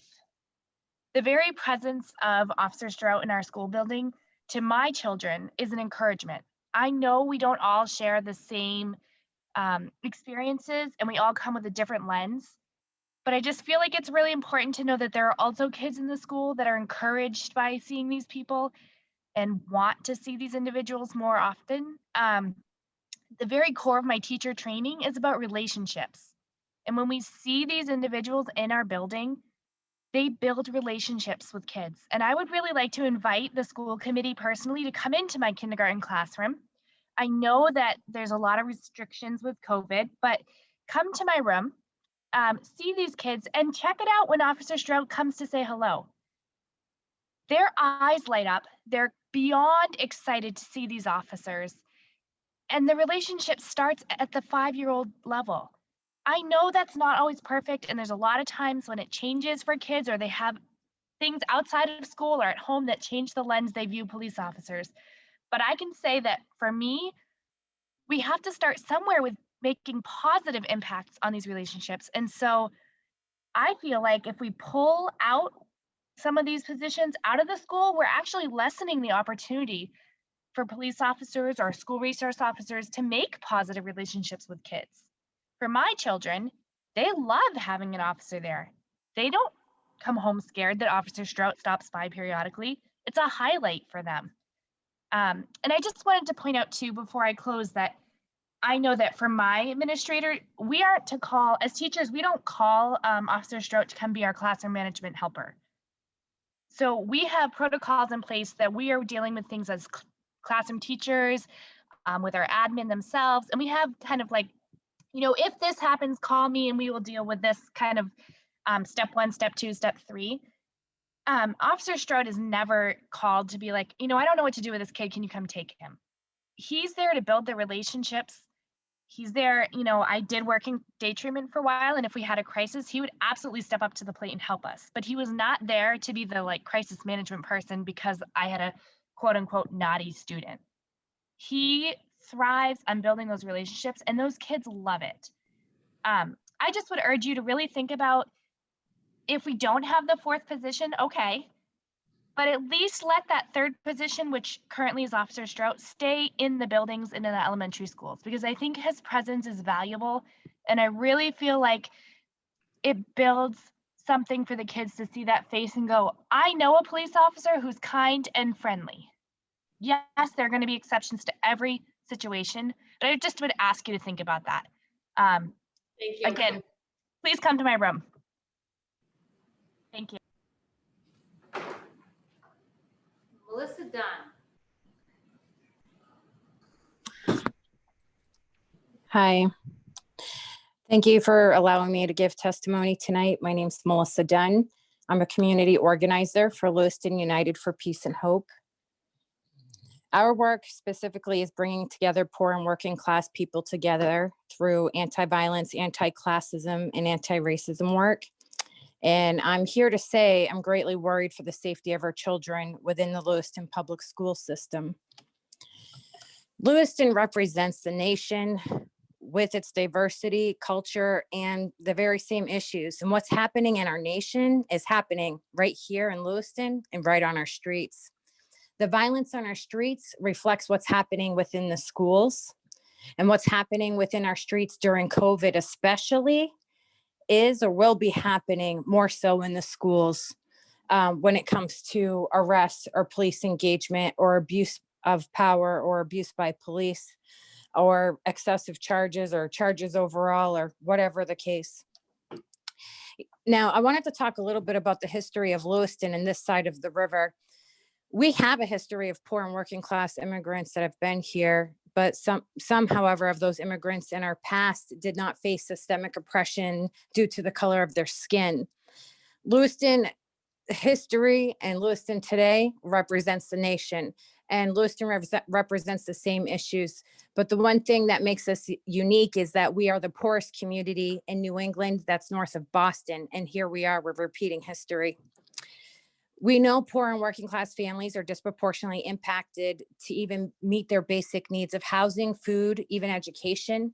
And where their identities intersect, there's a greater divide. I was born here in Lewiston. I grew up in poverty in a white privileged household. I attended Lewiston schools from preschool well through high school. And to describe my experience as somebody who was poor and brown, it was nothing shy of hell. And in my work, I work with youth in particular, you know, from middle school, even elementary school into the high school. And I'm hearing the same exact thing, the same exact experiences being repeated today. And it tells me the Lewiston Public Schools is on fire.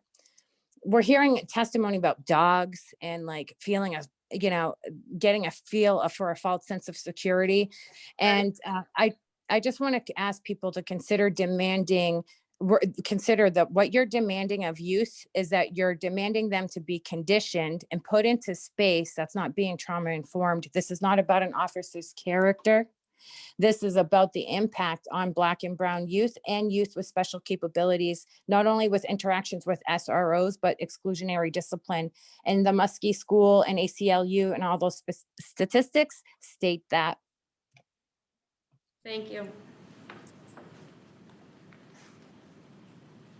Sherry Bartholomew. Blumenthal. Blumenthal, sorry. It was cut off with the microphone, sorry. Thank you. You're not the first. It's okay. Sorry. I had a hard time with all the French names when I moved here. So thank you. My name is Sherry Blumenthal, and I live in Lewiston in Ward 7. And I'm speaking on behalf of the members of Showing Up for Racial Justice Central Maine chapter tonight. SURGE is a member of a national network of groups and individuals working for racial justice, focusing on engaging white people to act as part of a multiracial majority for justice with passion and accountability. As members of this community, we oppose the use of school resource officers in our schools. SROs became popular in the late 90s in response to the Columbine shooting, yet in 2020, there is no evidence that they reduce school shootings or violence or create a safer school environment, especially for our students of color. What our schools need is a culture that fosters a sense of belonging and connectivity for all students, staff, administrators, and community members. This is well beyond the scope of the current discussion on SROs. For example, Black students make up 31% of the school's population, yet make up 52% of all in-school suspensions, 47% of out-of-school suspensions, and 50% of expulsions in the most recently available data set.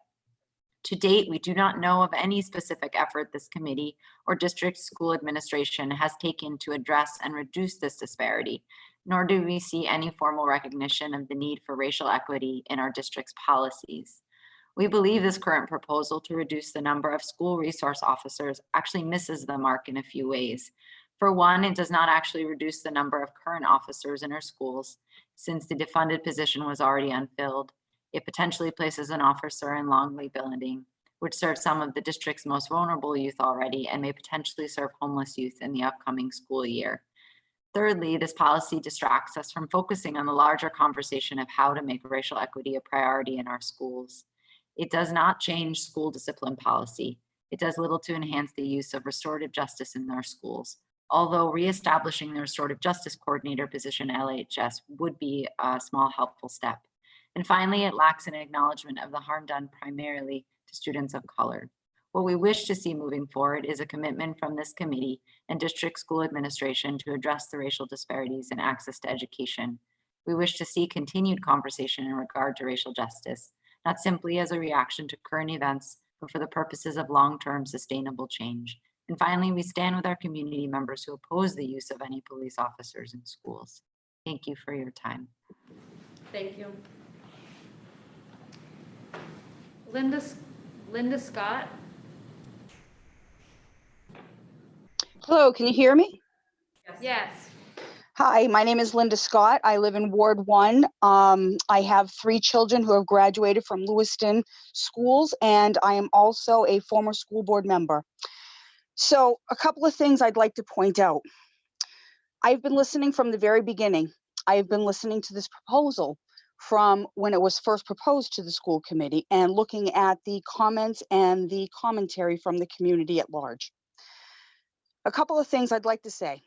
First off, we see overwhelming support for Officer Strout and what Officer Strout and what other officers and SROs have done in our schools for our students. And I think this is something that you need to take very, very highly into consideration. I also hear another side that's being said that we have racial disparity. And I know for a fact that we have racial disparity in our schools. So my proposal and my thought to you, because of everything that we have heard tonight and the amount of information and the amount of people that have come forward and taken the time and the courage to speak their truths of what we are seeing in our community, is for you to vote this proposal down tonight and to look at this closer as a school board to understand where we need to move forward in our community. First off, we see that the SROs are a good point and a good part of our schools. Secondly, we see other issues that need to be discussed as far as race. These are things that we need to look at closer. We need to discuss that. Your purview as a school board is to look at what's best for Lewiston. Listen to what is being said by the residents of Lewiston tonight. Not what is happening nationally, which we are all outraged by, not what is happening in other cities, but what is happening in Lewiston. What is best for our schools? What is best for our students? I think the best thing to do is to move forward with looking at this more closely, taking a better view of everything, all of you visiting our schools, looking at what the SROs do, figuring out what we can do to keep the restorative practice going. I was there when that was first brought up. It's a wonderful program for our students. I don't think you need to eliminate anything. If anything, I think you need to keep Officer Strout, keep what we have going, and you need to look further into it, advancing and enhancing what was lacking in our schools. Please listen to what the people said to you tonight. Thank you. Thank you.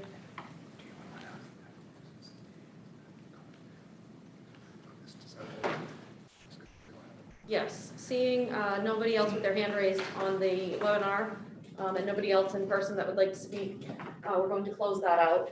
And then are there more emails to read? Yeah, I have some emails I'd like to read through. Oh, we have somebody who just raised their hand. Would you like? Yeah. Okay. Let them to go. Elizabeth Capone Newton. Yeah, hi, good evening. Can you hear me?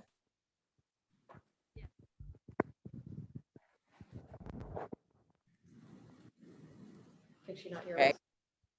Okay, now I can hear you. Yep. All right. So I apologize for not having my hand raised. I didn't know how long the line was or anything.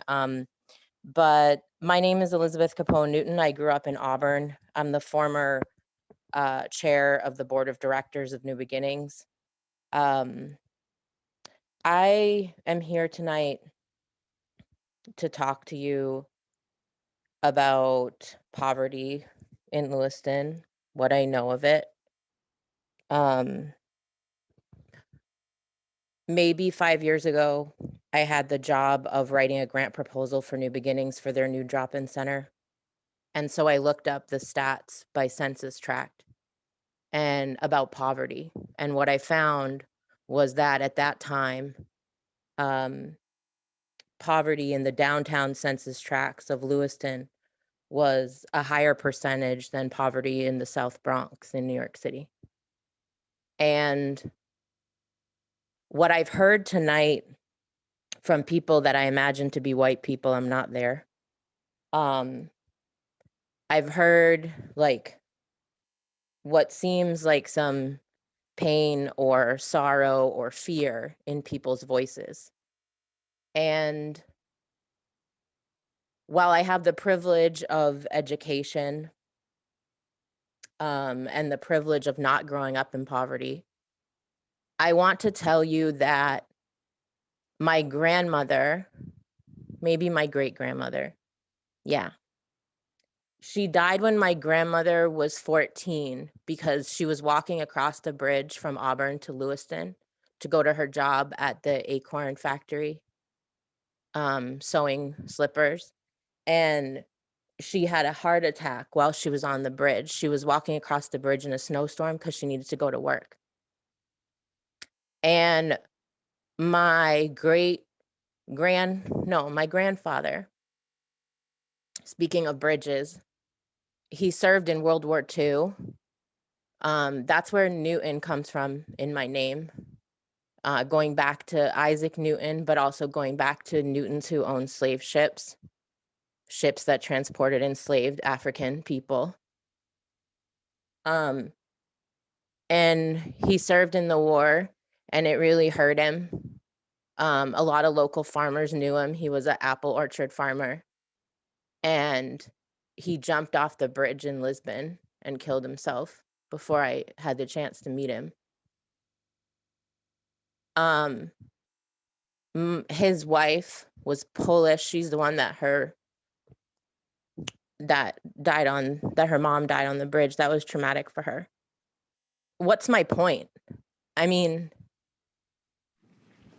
people go through hard things, and just because we went through hard things doesn't mean we should use the police and the government and the same things that used to hurt our people, European immigrants, same things that have been used against our grandparents and great-grandparents, not knowing the language, right? How many French jokes did we hear growing up, right? How many times did I have to hear my teacher say, hey, Big Al, because my last name is Capone, you know?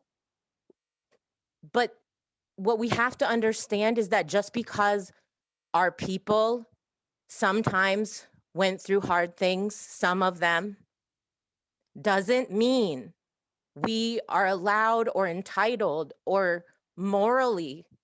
It makes us horrible. It makes us just as bad as the people that hurt the people we love.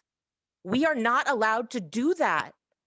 We are not allowed to have policy that makes Black people feel unsafe, Thank right? you. That's not okay. And that's what I expect from elected leadership, is to make good decisions, moral decisions. Thank you. Maria Woodbury.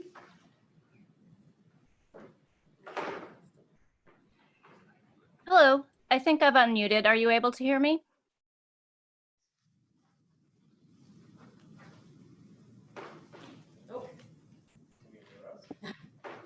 Sorry. Better now? Yes. Great. Thank you for the opportunity to speak. I agree with the previous speaker, Elizabeth, and I wanted to speak tonight as a descendant. I've lived in many towns around southern Maine, living in Westbrook now. But my ancestor founded a police department in Salem, Massachusetts in 1630. And from that position, he stole land. He became the first constable as well in 1630 when that police department was formed. And it's just clear in looking at his resume and the accomplishments during his lifetime that that position was about genocide. That was about land theft, that they were using that position and that power to steal land from Indigenous people. Because after he was a constable, he was a layer of lots. He was one of the fathers of Salem and the farmers of Salem. And as layer of lots, he earned commission on lots of land that he allocated among the colonizers of Salem, Massachusetts in the 1630s. Then through local government, he served in several positions in local government, much as y'all are serving now. And from those positions, he was voted 200 acres of land at the head of the Bass River, and another additional 5 acres of land and meadowland. Those lands are typically for Indigenous people, where women would be growing their crops, where women and children and elderly people would be spending their time there. So he colonized those lands and stole them for himself and his own family after founding the police department and serving in local government. After that, he became part of the colony, Massachusetts colony government, and was a judge and arbitrated on disputes, and continued to use his power and authority from that position to continue to steal land and allocate resources that were stolen. So to me, I see as a descendant of that violence, that participation in genocide and direct profiting from genocide, it started for him, that career path started for him in founding a police department. And so that is where this this tradition comes from in New England, in our area, in the territories where we live on Wabanaki land. And so I am speaking and feel very strongly that we need to stop this, this tradition of genocide, this tradition of violence. And we need to get this away from our children. We don't need to raise our children around this. It's not about one particular officer now. It's not about that. It's about this long, hundreds of years of tradition of violence, of theft, of genocide against Black and Brown Indigenous people. here in New England, and we like to think of these issues as things that happen in the South or that happened away from our part of this continent. But that's certainly not the case. My family and my existence here in Maine proves. We are now closing out the online webinar portion for participation, and Jake will read the email. All right, I will do my best to speak clearly and go through these at what I think will be a good pace. I'll do my best. This is a message from Maisie Sear. It says, the Lewiston School Committee, I know this is a topic that many Lewiston residents are extremely passionate about, and I recognize that many of the school resource officers are good people, but this conversation is bigger than the individual officers. This is an issue of accountability and equity. I appreciate that you are having this conversation and are considering the proposal at hand. However, I personally do not believe there is a need for SROs in our schools at this time. I'm a huge proponent of evidence-based practices, as I know many educators are, and research consistently shows that the presence of SROs has only brought about a handful of unintended consequences for many schools, especially those with a large percentage of students of color. While creating zero solutions, research also shows that schools with an SRO have a higher likelihood that a student will be referred to the juvenile justice system for a nonviolent crime than schools without one. SROs are gatekeepers to the juvenile justice system. Our students do not need police in their hallways. They need staff proficiently trained in restorative justice, cultural competence, and social emotional support. I know our schools have recently done a lot of really powerful work in revamping their behavioral management strategies, but we have a lot more work to do. Best practices are consistently changing, and we need to make sure that we are always striving towards diversity, equity, and inclusion, especially in our behavior management strategies. My apprehension mainly lies in the lack of consistent training, evaluation, and criteria in place for these positions across the state and the country. There is no concrete definition of a school resource officer anywhere in Maine state law, leaving a lot of room for a subjective interpretation about what the role should be.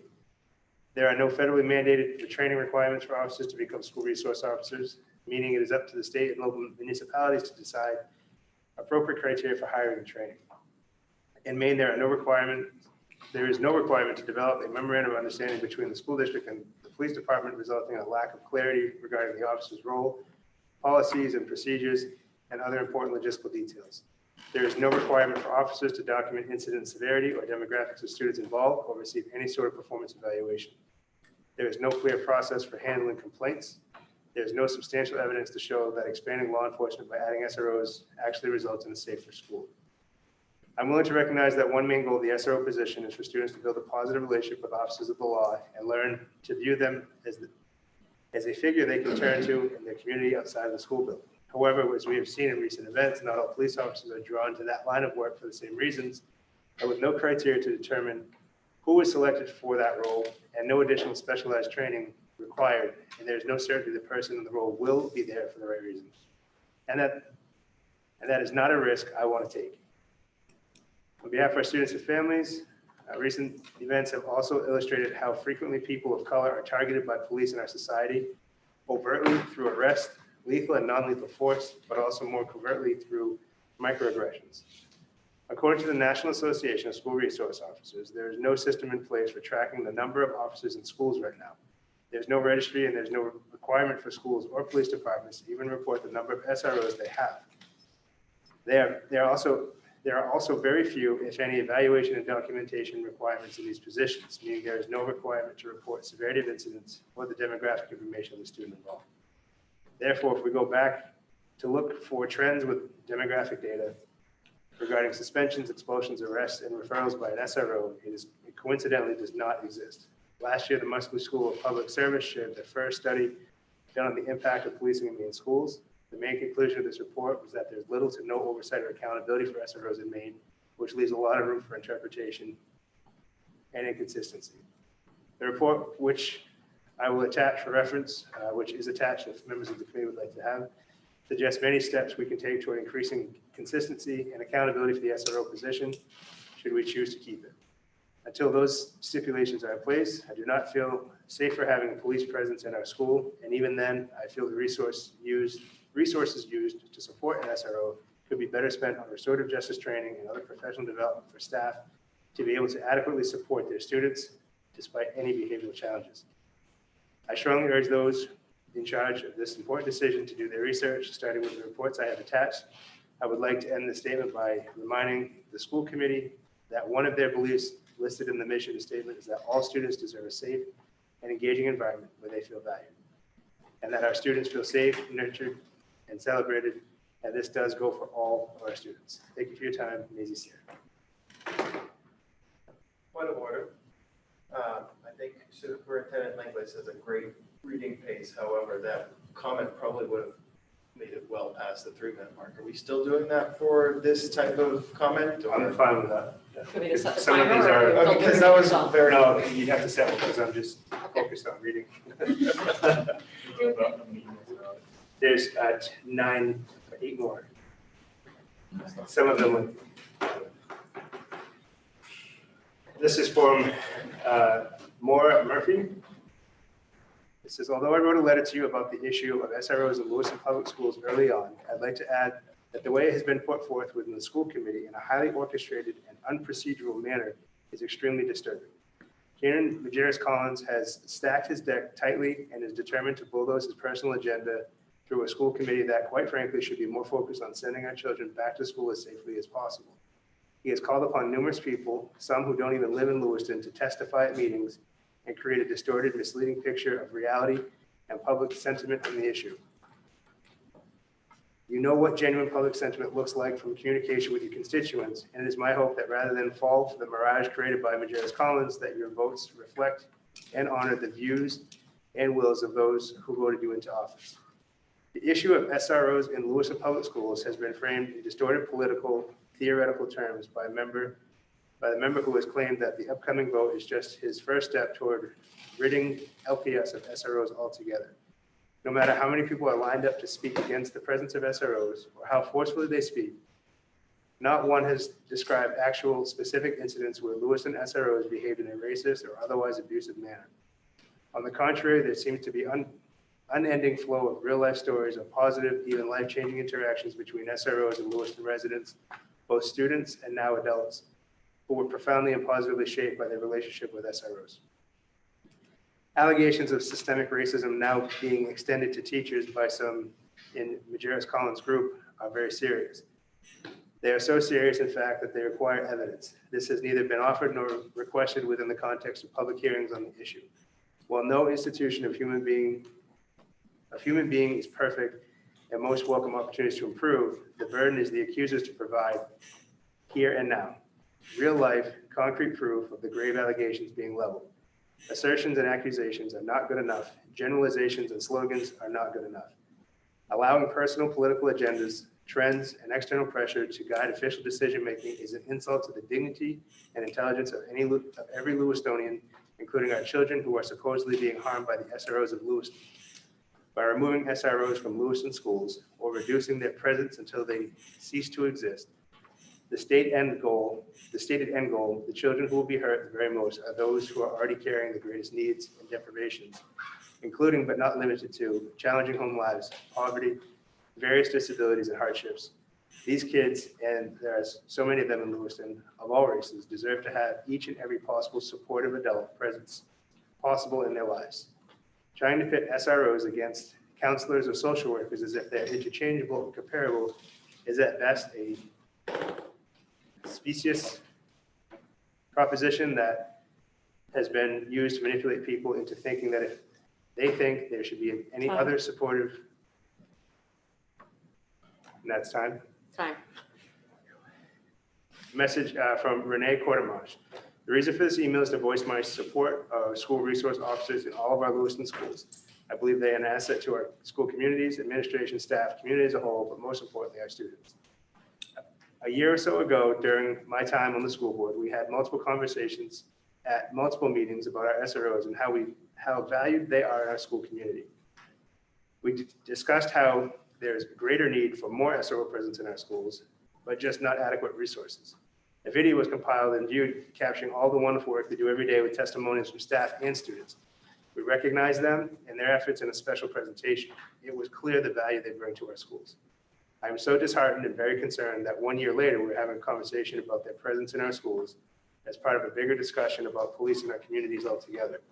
What has changed in Lewiston, Maine that has changed the narrative so drastically? I ask you to think long and hard about this before rushing to make decisions that could have serious ramifications for the security and safety of students and staff. As it relates to our Lewiston SROs, which comes before you as a school committee member, I ask that you support our SROs and the role they play in our schools. We know we have crime in our schools. We know we have drugs and alcohol in our schools. We know we have violence in our schools. We know violence committed against schools in America is a huge problem with our history of many mass shootings. Without SROs, who will safely and appropriately address these issues while assuring the safety of our school communities? I think we can all agree that our admin and staff have enough on their plates right now. Again, thank you for your time. I hope we can agree that our SROs in Lewiston are an asset to our school community and offer security, community building, education, safety, role modeling, mentoring, and unique, valuable resources. Sherry Cloutier, good evening. Please accept this letter for public comment. Ward 6, as a parent of 2 Lewiston students, I am writing to encourage you to keep SROs in Lewiston elementary schools. I recently sent a video link in an email to all committee members. It showed a 2018 local news report followed an SRO at LHS, as he gave high fives and talked with happy students. The SRO spoke about his role supporting students in a variety of ways. Our then high school principal, Jake Langlis, described the importance of school officers. The piece shined a positive light on a program that is working in Lewiston schools. In my opinion, the biggest reason that our high school officer is embraced by students is directly linked to a very successful elementary SRO program. My husband and I are grateful that our children were introduced to many community helpers at a young age through school. At Geiger, they got to meet military veterans, firefighters, and a dentist. Their elementary school SRO was introduced to them as someone working to keep them safe. My children learned that if they are ever in an emergency, they could call 911 and someone like their SRO would come to help. My family loves the DARE program. At my son's DARE graduation 3 years ago, we heard children give speeches about avoiding peer pressure, protecting peers from bullying, and avoiding substance abuse. It was especially heartwarming to see children that might not be, might not be top scholars or have the largest social circles, proudly reading their papers and accepting their certificates. There were lines of kids waiting to pose for pictures with their SRO and all of the other officers in attendance. I wish you had the chance to experience seeing this rite of passage for our LPS 6th graders.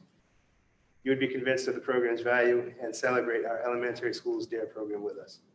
My daughter's going to 5th grade. Her classmates deserve the same support that had been in place for previous students. You all haven't had a chance to see our SROs at work, and having this proposal so close to the start of the school year is terrible timing given the challenges of the pandemic. I suggest you vote against any cuts this evening. SRO positions are already budgeted and approved for the upcoming school year. National headlines should not be the sole influence of change in our local school system. I encourage you to do more homework locally.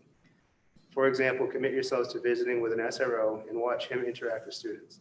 Then show us if there's a prison pipeline in Lewiston caused by SROs. Host workshops where people can share stories and talk openly about interactions with officers at schools. Prove to us that any changes you make to the program is grounded in real data collected in Lewiston, Maine. Please keep our SROs. Good evening, my name is Tim Moore and I'm a taxpayer in Ward 4, but more importantly, I'm a parent of a Lewiston school student. How did SROs end up in our schools? Here's a little history. Many years ago, we asked the police to come to our schools to teach our kids about safety, bicycle safety, crossing the street, dangers of drugs, and much more. Officer Friendly gladly came to our schools to teach the kids how to be safe. Why do we choose the police? The answer is simple. Police have always been the people we trust with the safety of our families. We asked the police to come to our schools, and now a few would ask them to leave. The media and radical groups that are trying to get us to distrust the police, we cannot allow this to happen. I'd like to remind the school committee that each of you were elected to represent us, the taxpayers and citizens of Lewiston. Mr. Collins must have forgotten this because he keeps trying to force a vote on an issue that the citizen taxpayers did not want. We made clear, sorry, this text is kind of small. We made that clear when we rallied to send emails in support of keeping our SROs. He has a clear political agenda and has no business in decisions regarding our schools and our children. My child attends LHS. Does Mr. Collins have a child that goes to school in Lewiston? I doubt it because he doesn't even live in Lewiston. Does he understand that the officers make my child feel safe in school? Mr. Collins does not like the police. He is a part of a radical group that protests police and promoted defunding the police. Mr. Collins has made it clear from his Facebook page that he intends to remove all police officers from our schools, and this is just the first step. Remember the slippery slope because it will happen here. Our school committee has been infiltrated by a radical that does not care about the safety of our kids, but instead has a political agenda that will affect us all if he's allowed to continue with his initiative. I also want to address the discussion of removing the DARE program from our schools. We are in the midst of an opioid crisis in this community. It is so ignorant to remove the only program in our schools that tells our kids to say no to drugs. If there's a better program, let's get that implemented before removing the only program we have. The school committee has not been properly educated on the values of our SROs. You haven't even given them the opportunity to come and educate you on their specialized training and value to kids that are being physically and sexually abused, kids that are contemplating suicide, and kids that are being bullied.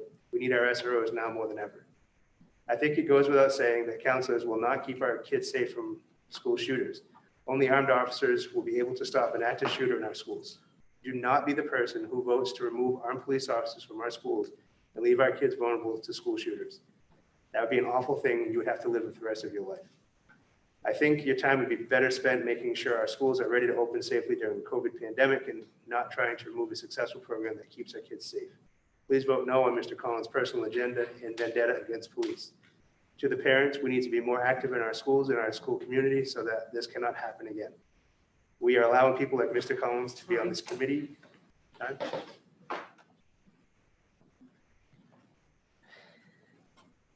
My name is Katie Morin, and I'm a president of the class of 2021 at Lewiston High School. I'm writing to you today to tell you why I think SRO should remain part of the Lewiston school system.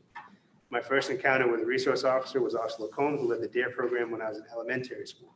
As most of you know, this program educates students on the dangers of drugs and alcohol. Personally, this program planted the seed to stay away from drugs and alcohol at a very young age. The things I learned in that program influenced me not to use drugs and alcohol to this day. Officer Lacombe taught me that it is okay to just say no.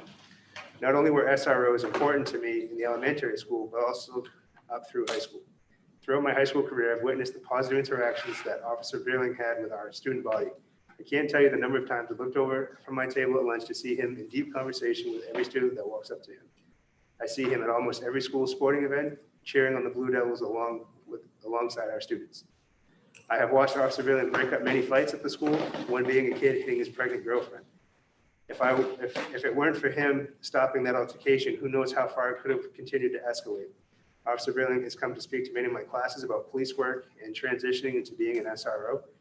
Though I've heard the story many times from him, what always stood out to me was that he became an SRO because he loved working with Lewiston kids and wanted to keep them safe. Throughout my time at LPS as a student, one thing has been made clear to me: we could always go to our SROs and they would always help us, no matter how big or small our problems were. I do not feel safe going to school without a resource officer inside it. As president, it's my job to do what I think is best for my constituents, that being the class of 2021. Your job is the same. Please listen to the constituents of Lewiston, keep SROs in our schools. Please do the right thing and keep us all safe. Thank you. Renee Bernard. Good evening, my name is Renee Bernard and I am a resident in Ward 5 in Lewiston. I'm writing in support of Lewiston resource officer positions that are currently in place at Lewiston Public Schools. I think that person spoke during. She was here and spoke. Oh, yeah, just to say. Yep, thank you. Gail Lawrence, my apologies. Dear school committee members, I just found out you'll be voting this evening on whether or not to keep SROs in Lewiston schools. As stated in my email to you in July, I'm still in favor of keeping all SROs in the schools. Regards, Gail. Thank you, Gail, for the birthday. I'm Pam Butler, assistant principal at Lewiston Middle School, Lewiston Public Schools employee since 1993. I support all that Mr. Physick has to say, particularly about the supports that are needed in the community after school for our kids. I also only heard great things about Officer Strout from students at LMS. I would like to report that there are many students in the middle school who have positively taken advantage of our SRO, and most of these students have been students of color. Our school resource officer has also regularly participated with the health teacher and the health curriculum. But perhaps most importantly, our resource officer, Kevin Cramp, helped shut down a sex trafficking situation that could have had who knows what kind of results. That is a scary reality that has come up, that has not come up, but is a true reality for what our kids have to face in this nation and in our city, and should be listened to. I don't know how solving the problem of a poor opinion of police officers gets fixed by removing police officers. It gets improved by educating students that all police officers are not the same as the ones that get portrayed in by the media. I think.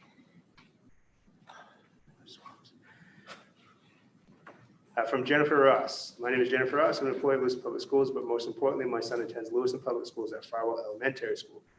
I'm writing to you regarding this discussion around SROs, which took place the last school board meeting. I was very disheartened to hear LPS board members are thinking about removing SROs from the school buildings.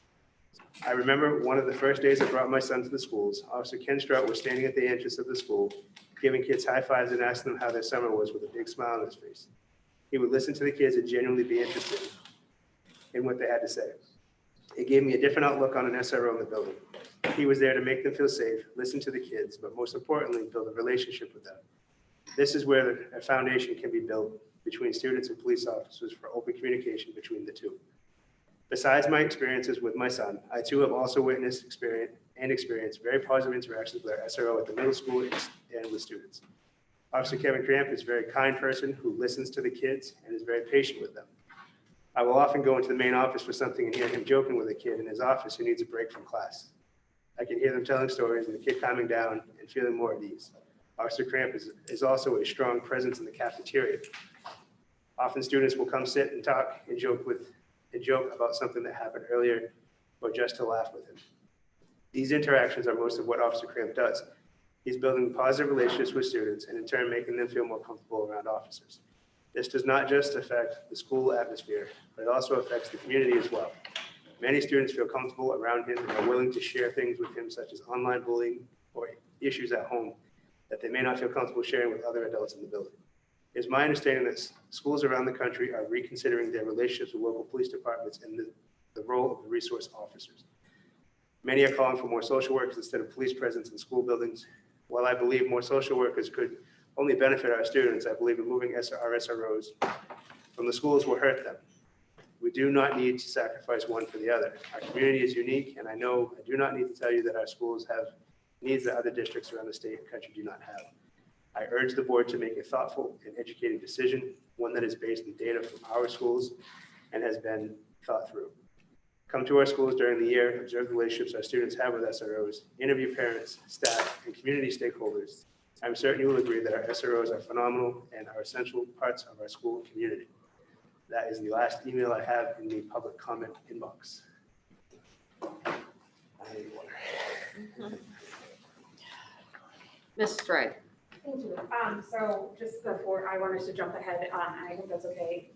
So the city council did have a discussion about this topic, and it ended up that a final vote was not taken, but and I pushed against that vote happening because I think that decision lies with us as the body that oversees the school. So, but I did promise counselors that I would let you all know about that. I also asked counselors to speak with their counterparts, Ward 2 to Ward 2, that sort of thing.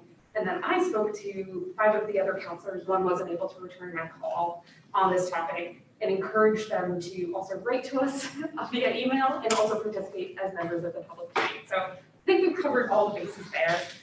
The mayor also sent a letter to the community. So in addition to all this communication from municipal officers, I, similar to you all, received the same emails, and maybe more because I said on both, so I got a lot of duplicates. And then also calls to City Hall left for me there that I returned, and then also calls to my home. This is the biggest upswell of feedback I've seen in my 2.5 years as a public servant in Lewiston. But here are a couple things that I heard the most. Student safety. One group tells me that we need officers in schools to protect against school shooters. A different group told me anecdotes about their interactions, and some of those did disappoint me. But many of those folks weren't comfortable reaching out to the committee and only spoke to me on the condition of confidentiality because they did not know what the recourse would be for an individual speaking up for this proposal. And I just have to ask our committee, who deserves to feel safe here? The next point was, it's been 3 years since the ACLU released a report about Lewiston Public Schools and the disproportionate impact of discipline on students of color and students with disabilities, and then looked at the crosstalk between those two as well. What previous meaningful action have we taken to course correct for that? How long do we continue to field those students? The other point that we heard a lot about, and even tonight as well, was how Lewiston, especially our police department, is not reflective of what's happening across the nation or even in communities as close as Portland. And I think this proposal represents a difference and a recognition of that difference where you know, we move away from that rhetoric and set up a system where there's more clear roles, and we stop trying to use police forces as a band-aid for every disagreement that comes up in the world. Finally, I've heard a lot about what's changed since the last time the school committee heard a presentation about SROs. I'm more than willing to admit when I do not know something, and I had not received this type of feedback at that point. And so I understand that explains my previous complacency with continuing to fund and increase to 4 members of this, but it doesn't excuse that. And from what I've heard, you know, 3 officers sounds suitable for the 3 levels of education that we're trying to cover. So I really do believe it's time to formalize our relationship with the Lewiston Police Department through a memorandum of understanding. We need to figure out what's going to help us close the achievement gap, because this proposal doesn't do everything. And we need to start to begin to replace discipline with restorative justice. There was a lot of support for that tonight. And I just want to make the point that it's a budgetary concern, but we're also in a pandemic. And so while we remained flat this year for our tax rate, next year, we need to add in those positions and take into account how it's going to impact our taxpayers as well. Thanks. Thank you. Would any other members like to comment for a second time? Mr. Hoffman? Just wanted to mention before we vote on this, Karen and I just want to clarify any confusion on part 3 in terms of where the elementary teacher SRO is going to be. Yeah. There's a few things since you started this that, you know, hasn't happened. And Longleaf School is still up in the air. We're still working at it. We're still organizing it. There's no room at Dingley. The officer is working in the elementary schools. To have him at the police department seems to be just, you know, a little bit, just separates it a little too much. And I'm looking at the fact that he works, I did not realize he worked in all 5 elementaries as much as he has. I was under the impression that he was here, and knowing that he goes to the other 5, knowing that he needs a place to work. It doesn't really, and he is working in the elementaries. I just want to maybe make it a little bit easier for them to understand if we don't have this hard language of prohibiting the permanent presence. If we had 5 SROs in elementary schools and he was here 100% of the time, I consider that permanent presence. Whereas he's in now 5 other places and he just needs this place to be able to work at. I'm comfortable with that. So is there a way that you can? Well, I just want to start with, and I trust you, Member Potvin, but I just want to double check. Superintendent Lewis, is it accurate that we would not have space at Dingley building the station and SRO there as a central point? Yes, it would not be, we're out of space at Dingley. Okay. I'm sorry to interrupt, but for a point of order, so all members are going to be in an effort to control the time. That's very late already. All members are allowed to speak one time. Once all members have exhausted that opportunity to speak one time, then we can go around for a second time. And members are not supposed to speak to each other. They're supposed to speak through the chair. So I don't know if you're responding to Officer Potvin directly and if this is going to be your second time speaking or not, but if it is, I just wanted you to clarify that. And sure, I was hoping to address his specific concern about my proposal rather than make my second statement. I don't really think that we need to go everybody 3, 4, 5 times. I understand that, it's late. This was not gonna be my statement. I also wanted to provide him with an answer to his question. Is it possible to consolidate the two? Could I throw it open to anyone else who has any questions before I talk then? So you want to wait and respond to everybody's questions? At the same Basically, time? I just Okay. want to be able to answer any questions that anyone has. Okay, that's perfect. Were you complete, Mr. Potman? What's that? Were you done? Was that your Well, I only don't want question? to talk a third time, I'll get in trouble. I'm asking if you're complete, your opportunity to speak. I'm good. Okay. Would anyone else like to speak? A quick question too. At the local level, do you think we need more data besides national statistics? Okay. Did you, I have something to say, but did you want to also be able to respond to mine? or- Sure, yeah, I mean, that's fine. Yeah, I just want to. Although I fully support addressing the issues of systemic racism in our schools, the vast inequality, and the disproportionate discipline of our Black and brown and disabled students, I feel that this proposal unfortunately fails to address these issues. We have heard a lot of passionate support tonight for the removal of SROs based upon these issues, but this proposal, as presented, keeps the same amount of SROs in our schools that we have had for an extended period of time. If the number of SROs are not changing at this time, it offers no change in addressing these issues. The officers have already agreed to stop DARE and to find an alternative. So this proposal fails to address any issue tied to that. The elementary SRO is not stationed at one school, as Mr. Pelton was just saying, he floats around the district. He also, something that wasn't addressed earlier, I don't think, is in the MOU, it addresses the officer at the elementary school level changing his uniform to be more casual, less frightening for small children who might see somebody in a uniform as scary or intimidating. They've agreed to additional training, which addresses some of these issues. And as I stated before, I think that the money can be better spent. As a school committee member, I will continue to advocate for increased social workers, substance use counselors, nurses, and appropriate professionals to address our district's needs in relation to systemic racism, inequality, and disproportionate discipline. And I encourage all of our school committee members to come together and rewrite and establish policies that actually work to eliminate the systemic issues. And that's all. Oh, I have something to say, it's just not a question for Kieran. Oh, so yeah. I don't really want to. that's fine. I think know. ultimately you want to I- respond after everyone else, is that I one? would really like to, if that's okay. I have a lot. I wrote down a lot of notes while everyone was talking. I just, one quick thing, I wanted to give a little bit of background. I graduated from Lewiston High School 5 years ago. And I walked through the halls just 5 years ago. I mean, it's all very still fresh in my memory. And Officer Jakes, who was here tonight, he was my DARE officer back in middle school. I just wanted to say that just to give a little bit of background because I have been through the halls. I do know what's how the students what their experiences are like. Dozens of people tonight, or not dozens, about a dozen, were concerned that we were removing officers.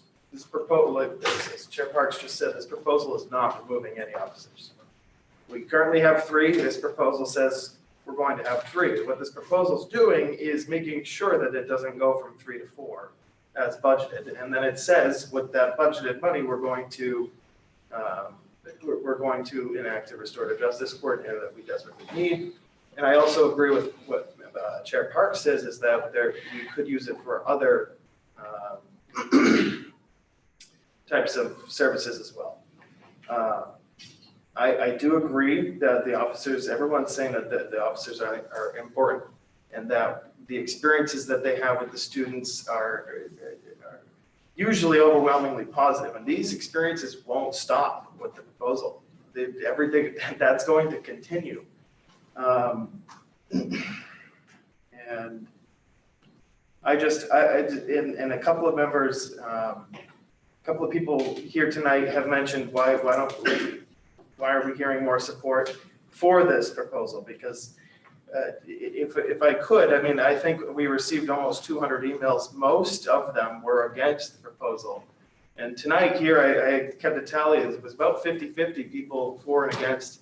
But the reason why you don't hear these people who are for the proposals because we've heard from Alicia and Mrs. McLemore that they're afraid to speak up. They're afraid of retaliation.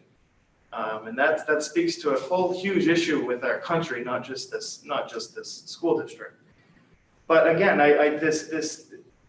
this proposal is not going to strip away anything that the officers, any of the important work that they're doing today. It's not going to strip away any of that important work.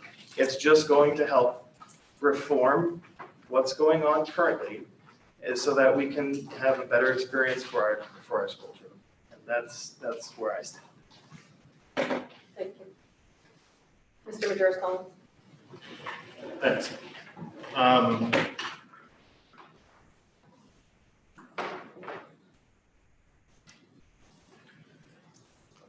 Well, I appreciate everybody sitting through this very, very long meeting.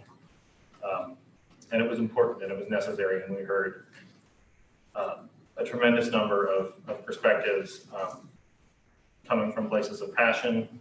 I think most coming from places of good faith. I have tremendous respect for the folks who have taken the time to speak out on this issue for or against the proposal. I understand that by and large, people are motivated by a desire for our schools to be the best they can be. I want to address the two questions that I received. I'll start with Member Physic.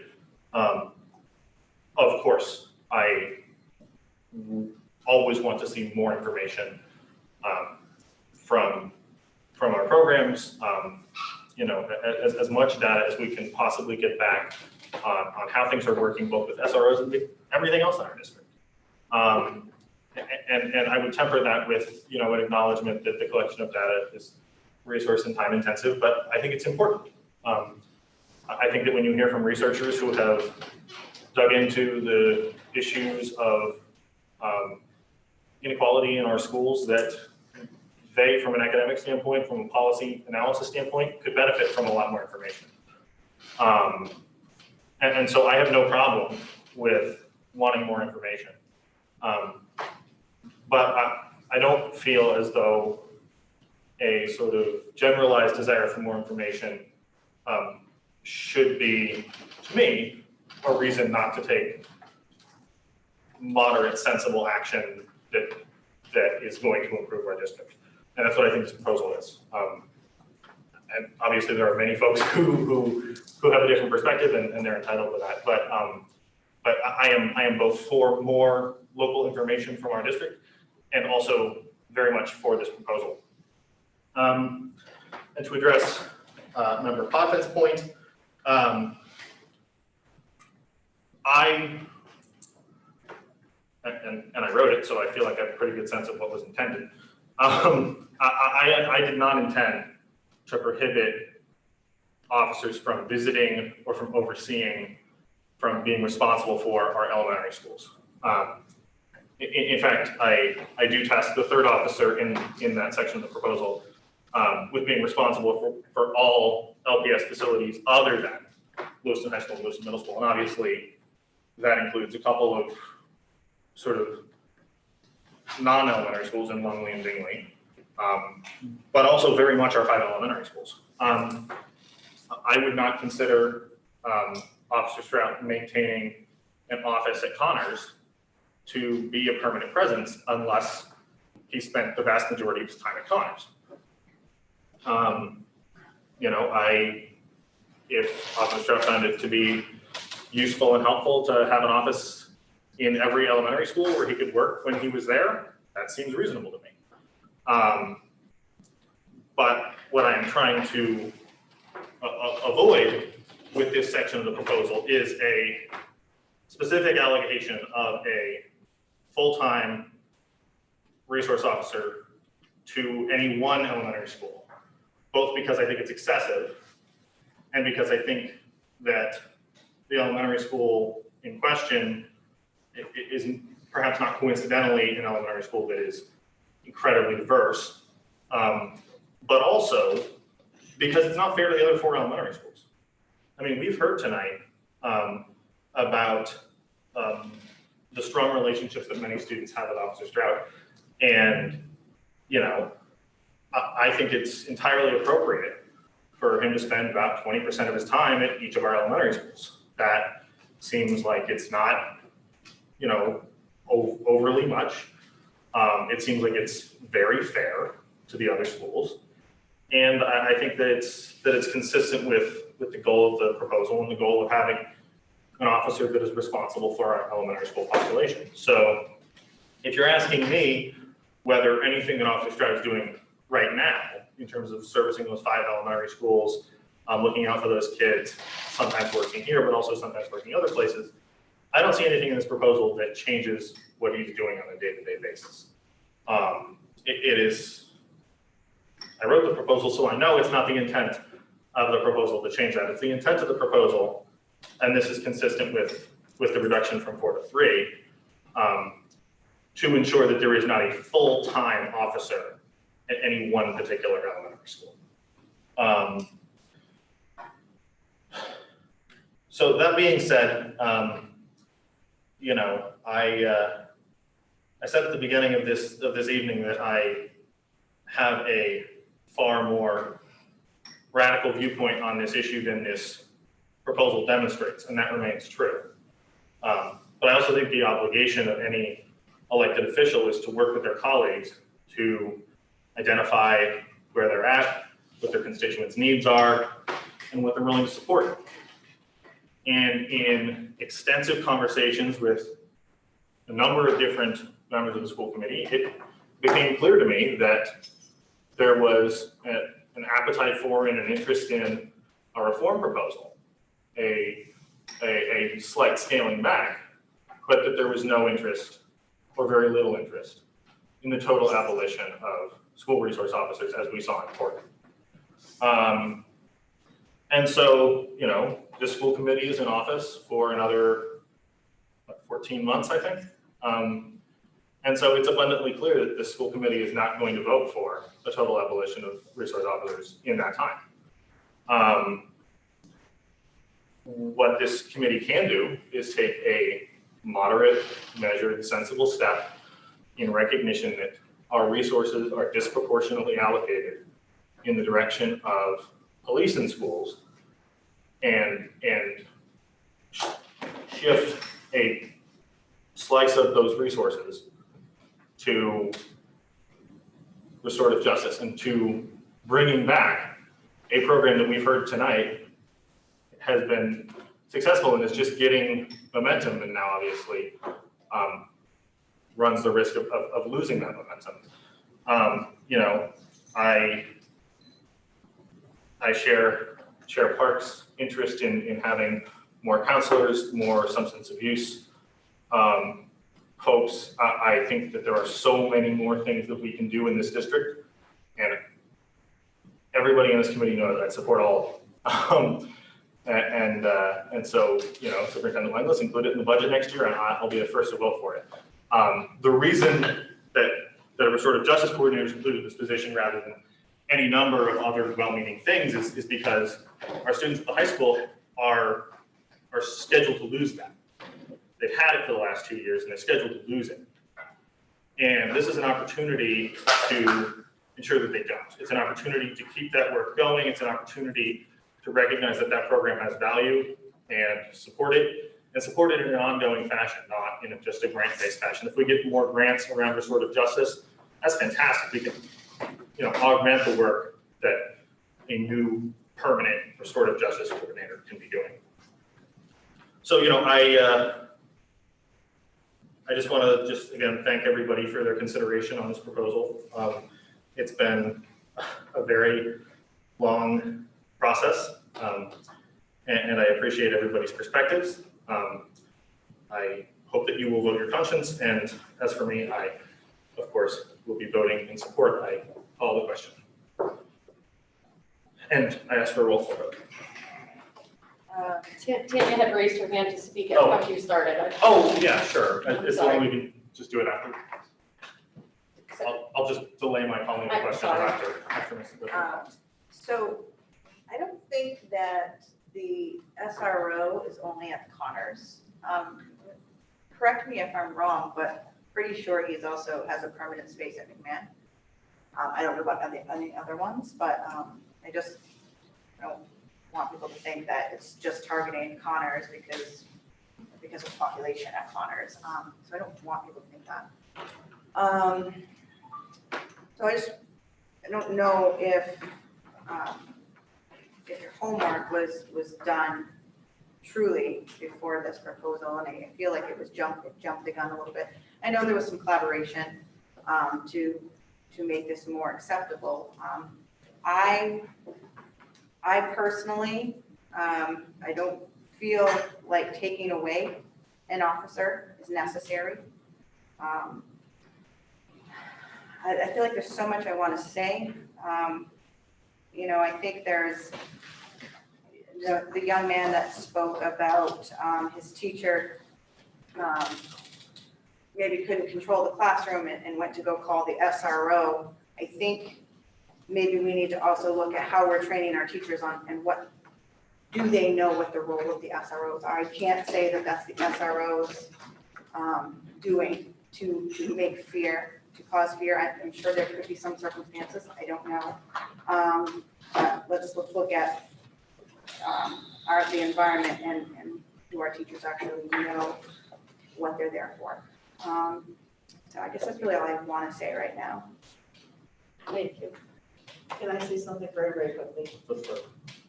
All right, I'll be brief. I think a lot of the conversation that's exploded out of this is essentially what we see all across this country right now, and I call it soundbite learning. We read the headline, we hear the soundbite, and we jump to, oh, that's what it means. When Kieran first put this out, the first thing I did was ask him for clarification because I wanted to understand what it meant. Because that's what you're supposed to do when something isn't clear. You ask questions, get clarification, and form a better understanding. I would say more, but I'm gonna leave it at that. Call the question and ask for roll call vote. Could the parliamentarian, just so that we're following proper procedure, can you, I don't know that it matters because we're going to do it regardless, but can you just clarify on page 201 and 202 of Robert's rules, if calling the vote requires a second and a vote? Because I know historically we have not had a second on calling the question. It hasn't in the, we might have different versions also, to be very clear, because this is much older is my guess, but in the past it has not. So on page 202 of the most recent edition of Robert's rules, it says sometimes the mere making of a motion for the previous question or calling the question may motivate unanimous consent to ending debate. Before or after such a motion has been seconded, the chair may ask if there are any objections to closing the debate. If members object or try to get the floor, he should ask if there's a second to the motion or call, or if whether to order the previous question. But regardless of the wording of a motion or a call seeking to close debate, it always requires a second and the vote. So just to follow proper procedure, do we need to have a second and a vote on whether or not to call the question? I think that would be unnecessary given the level of I formality. do as well. I just want to make sure that we're following. I also think the member who attempted to call the question then deferred, knowing that there were other members. So it would be the same as if the chair had asked if there was any objection prior to. Okay. It's not my intention to deprive. I understand that. I just want to make sure we're Yeah. following what we need to follow. Sure. Is there any objection to calling the question? Ward 1. No. Ward 2. No. 3. Yes. 4. No. 5. Yes. 6. Yes. 7. Yes. 8. Me. No. Sorry. It's late. Miss Ryan. Yes.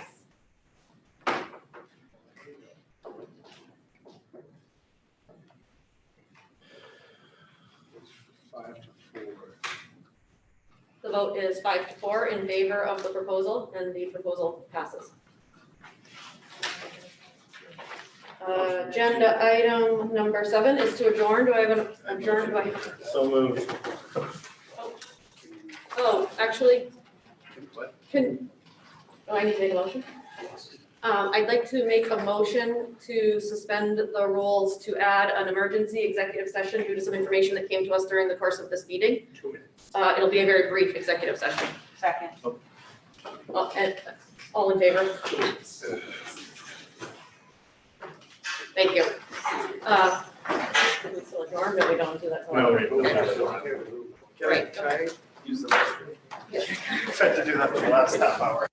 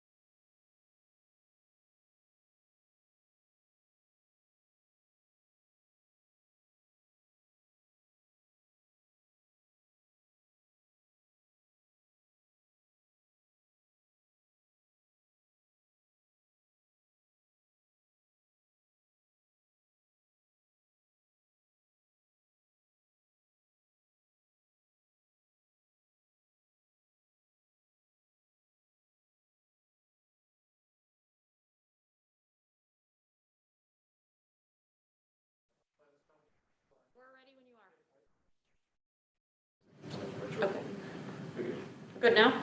There was no action necessary for the executive session. Is there a motion to adjourn? So moved. Is there a second? Seconded. All in favor? Thank you.